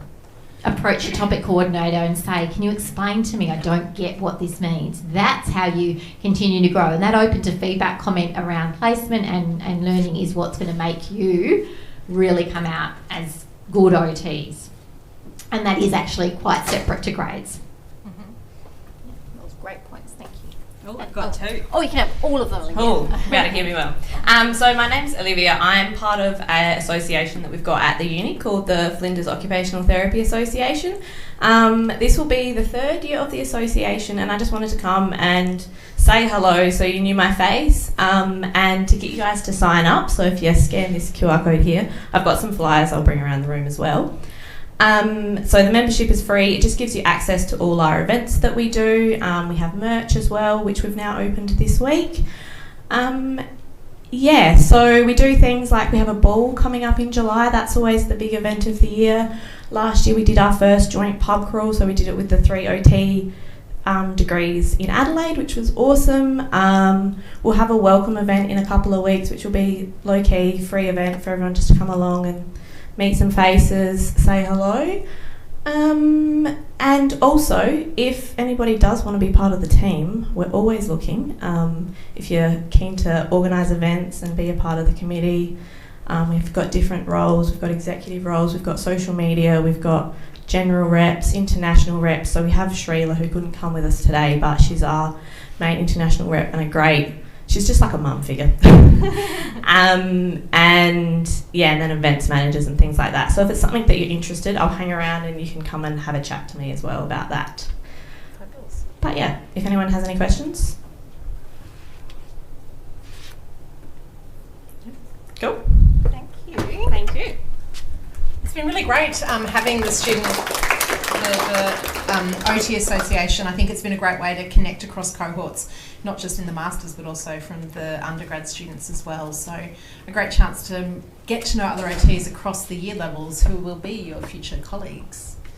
So before I say that wraps it up, I don't want everyone to start talking. We've got a few more things that we need to do. One is I'm going to start taking photos. So if you're leaving, make sure I get your photo taken before you leave today. 2, we've got about an hour lunch break, so we're going to come back for anyone that is direct entry that hasn't studied at Flinders before. They can stay on, and international students. So we're meeting back at 1:45. So anyone who has studied at Flinders before or came through including the 3-year undergrad program, can stay for lunch and chat, get your photo taken, but then you can head off if you like. International students and direct entry not from Flinders, stay on. We'll have some more activities to work through to support you connecting and understanding Flinders. So I think these guys might hang around a little bit longer for you to have a chat with them. So Beck, Nate and Jose. Otherwise, come up and see me at the end to get your photo taken. And if you're leaving, we will see you next week. If you're staying, we'll see you at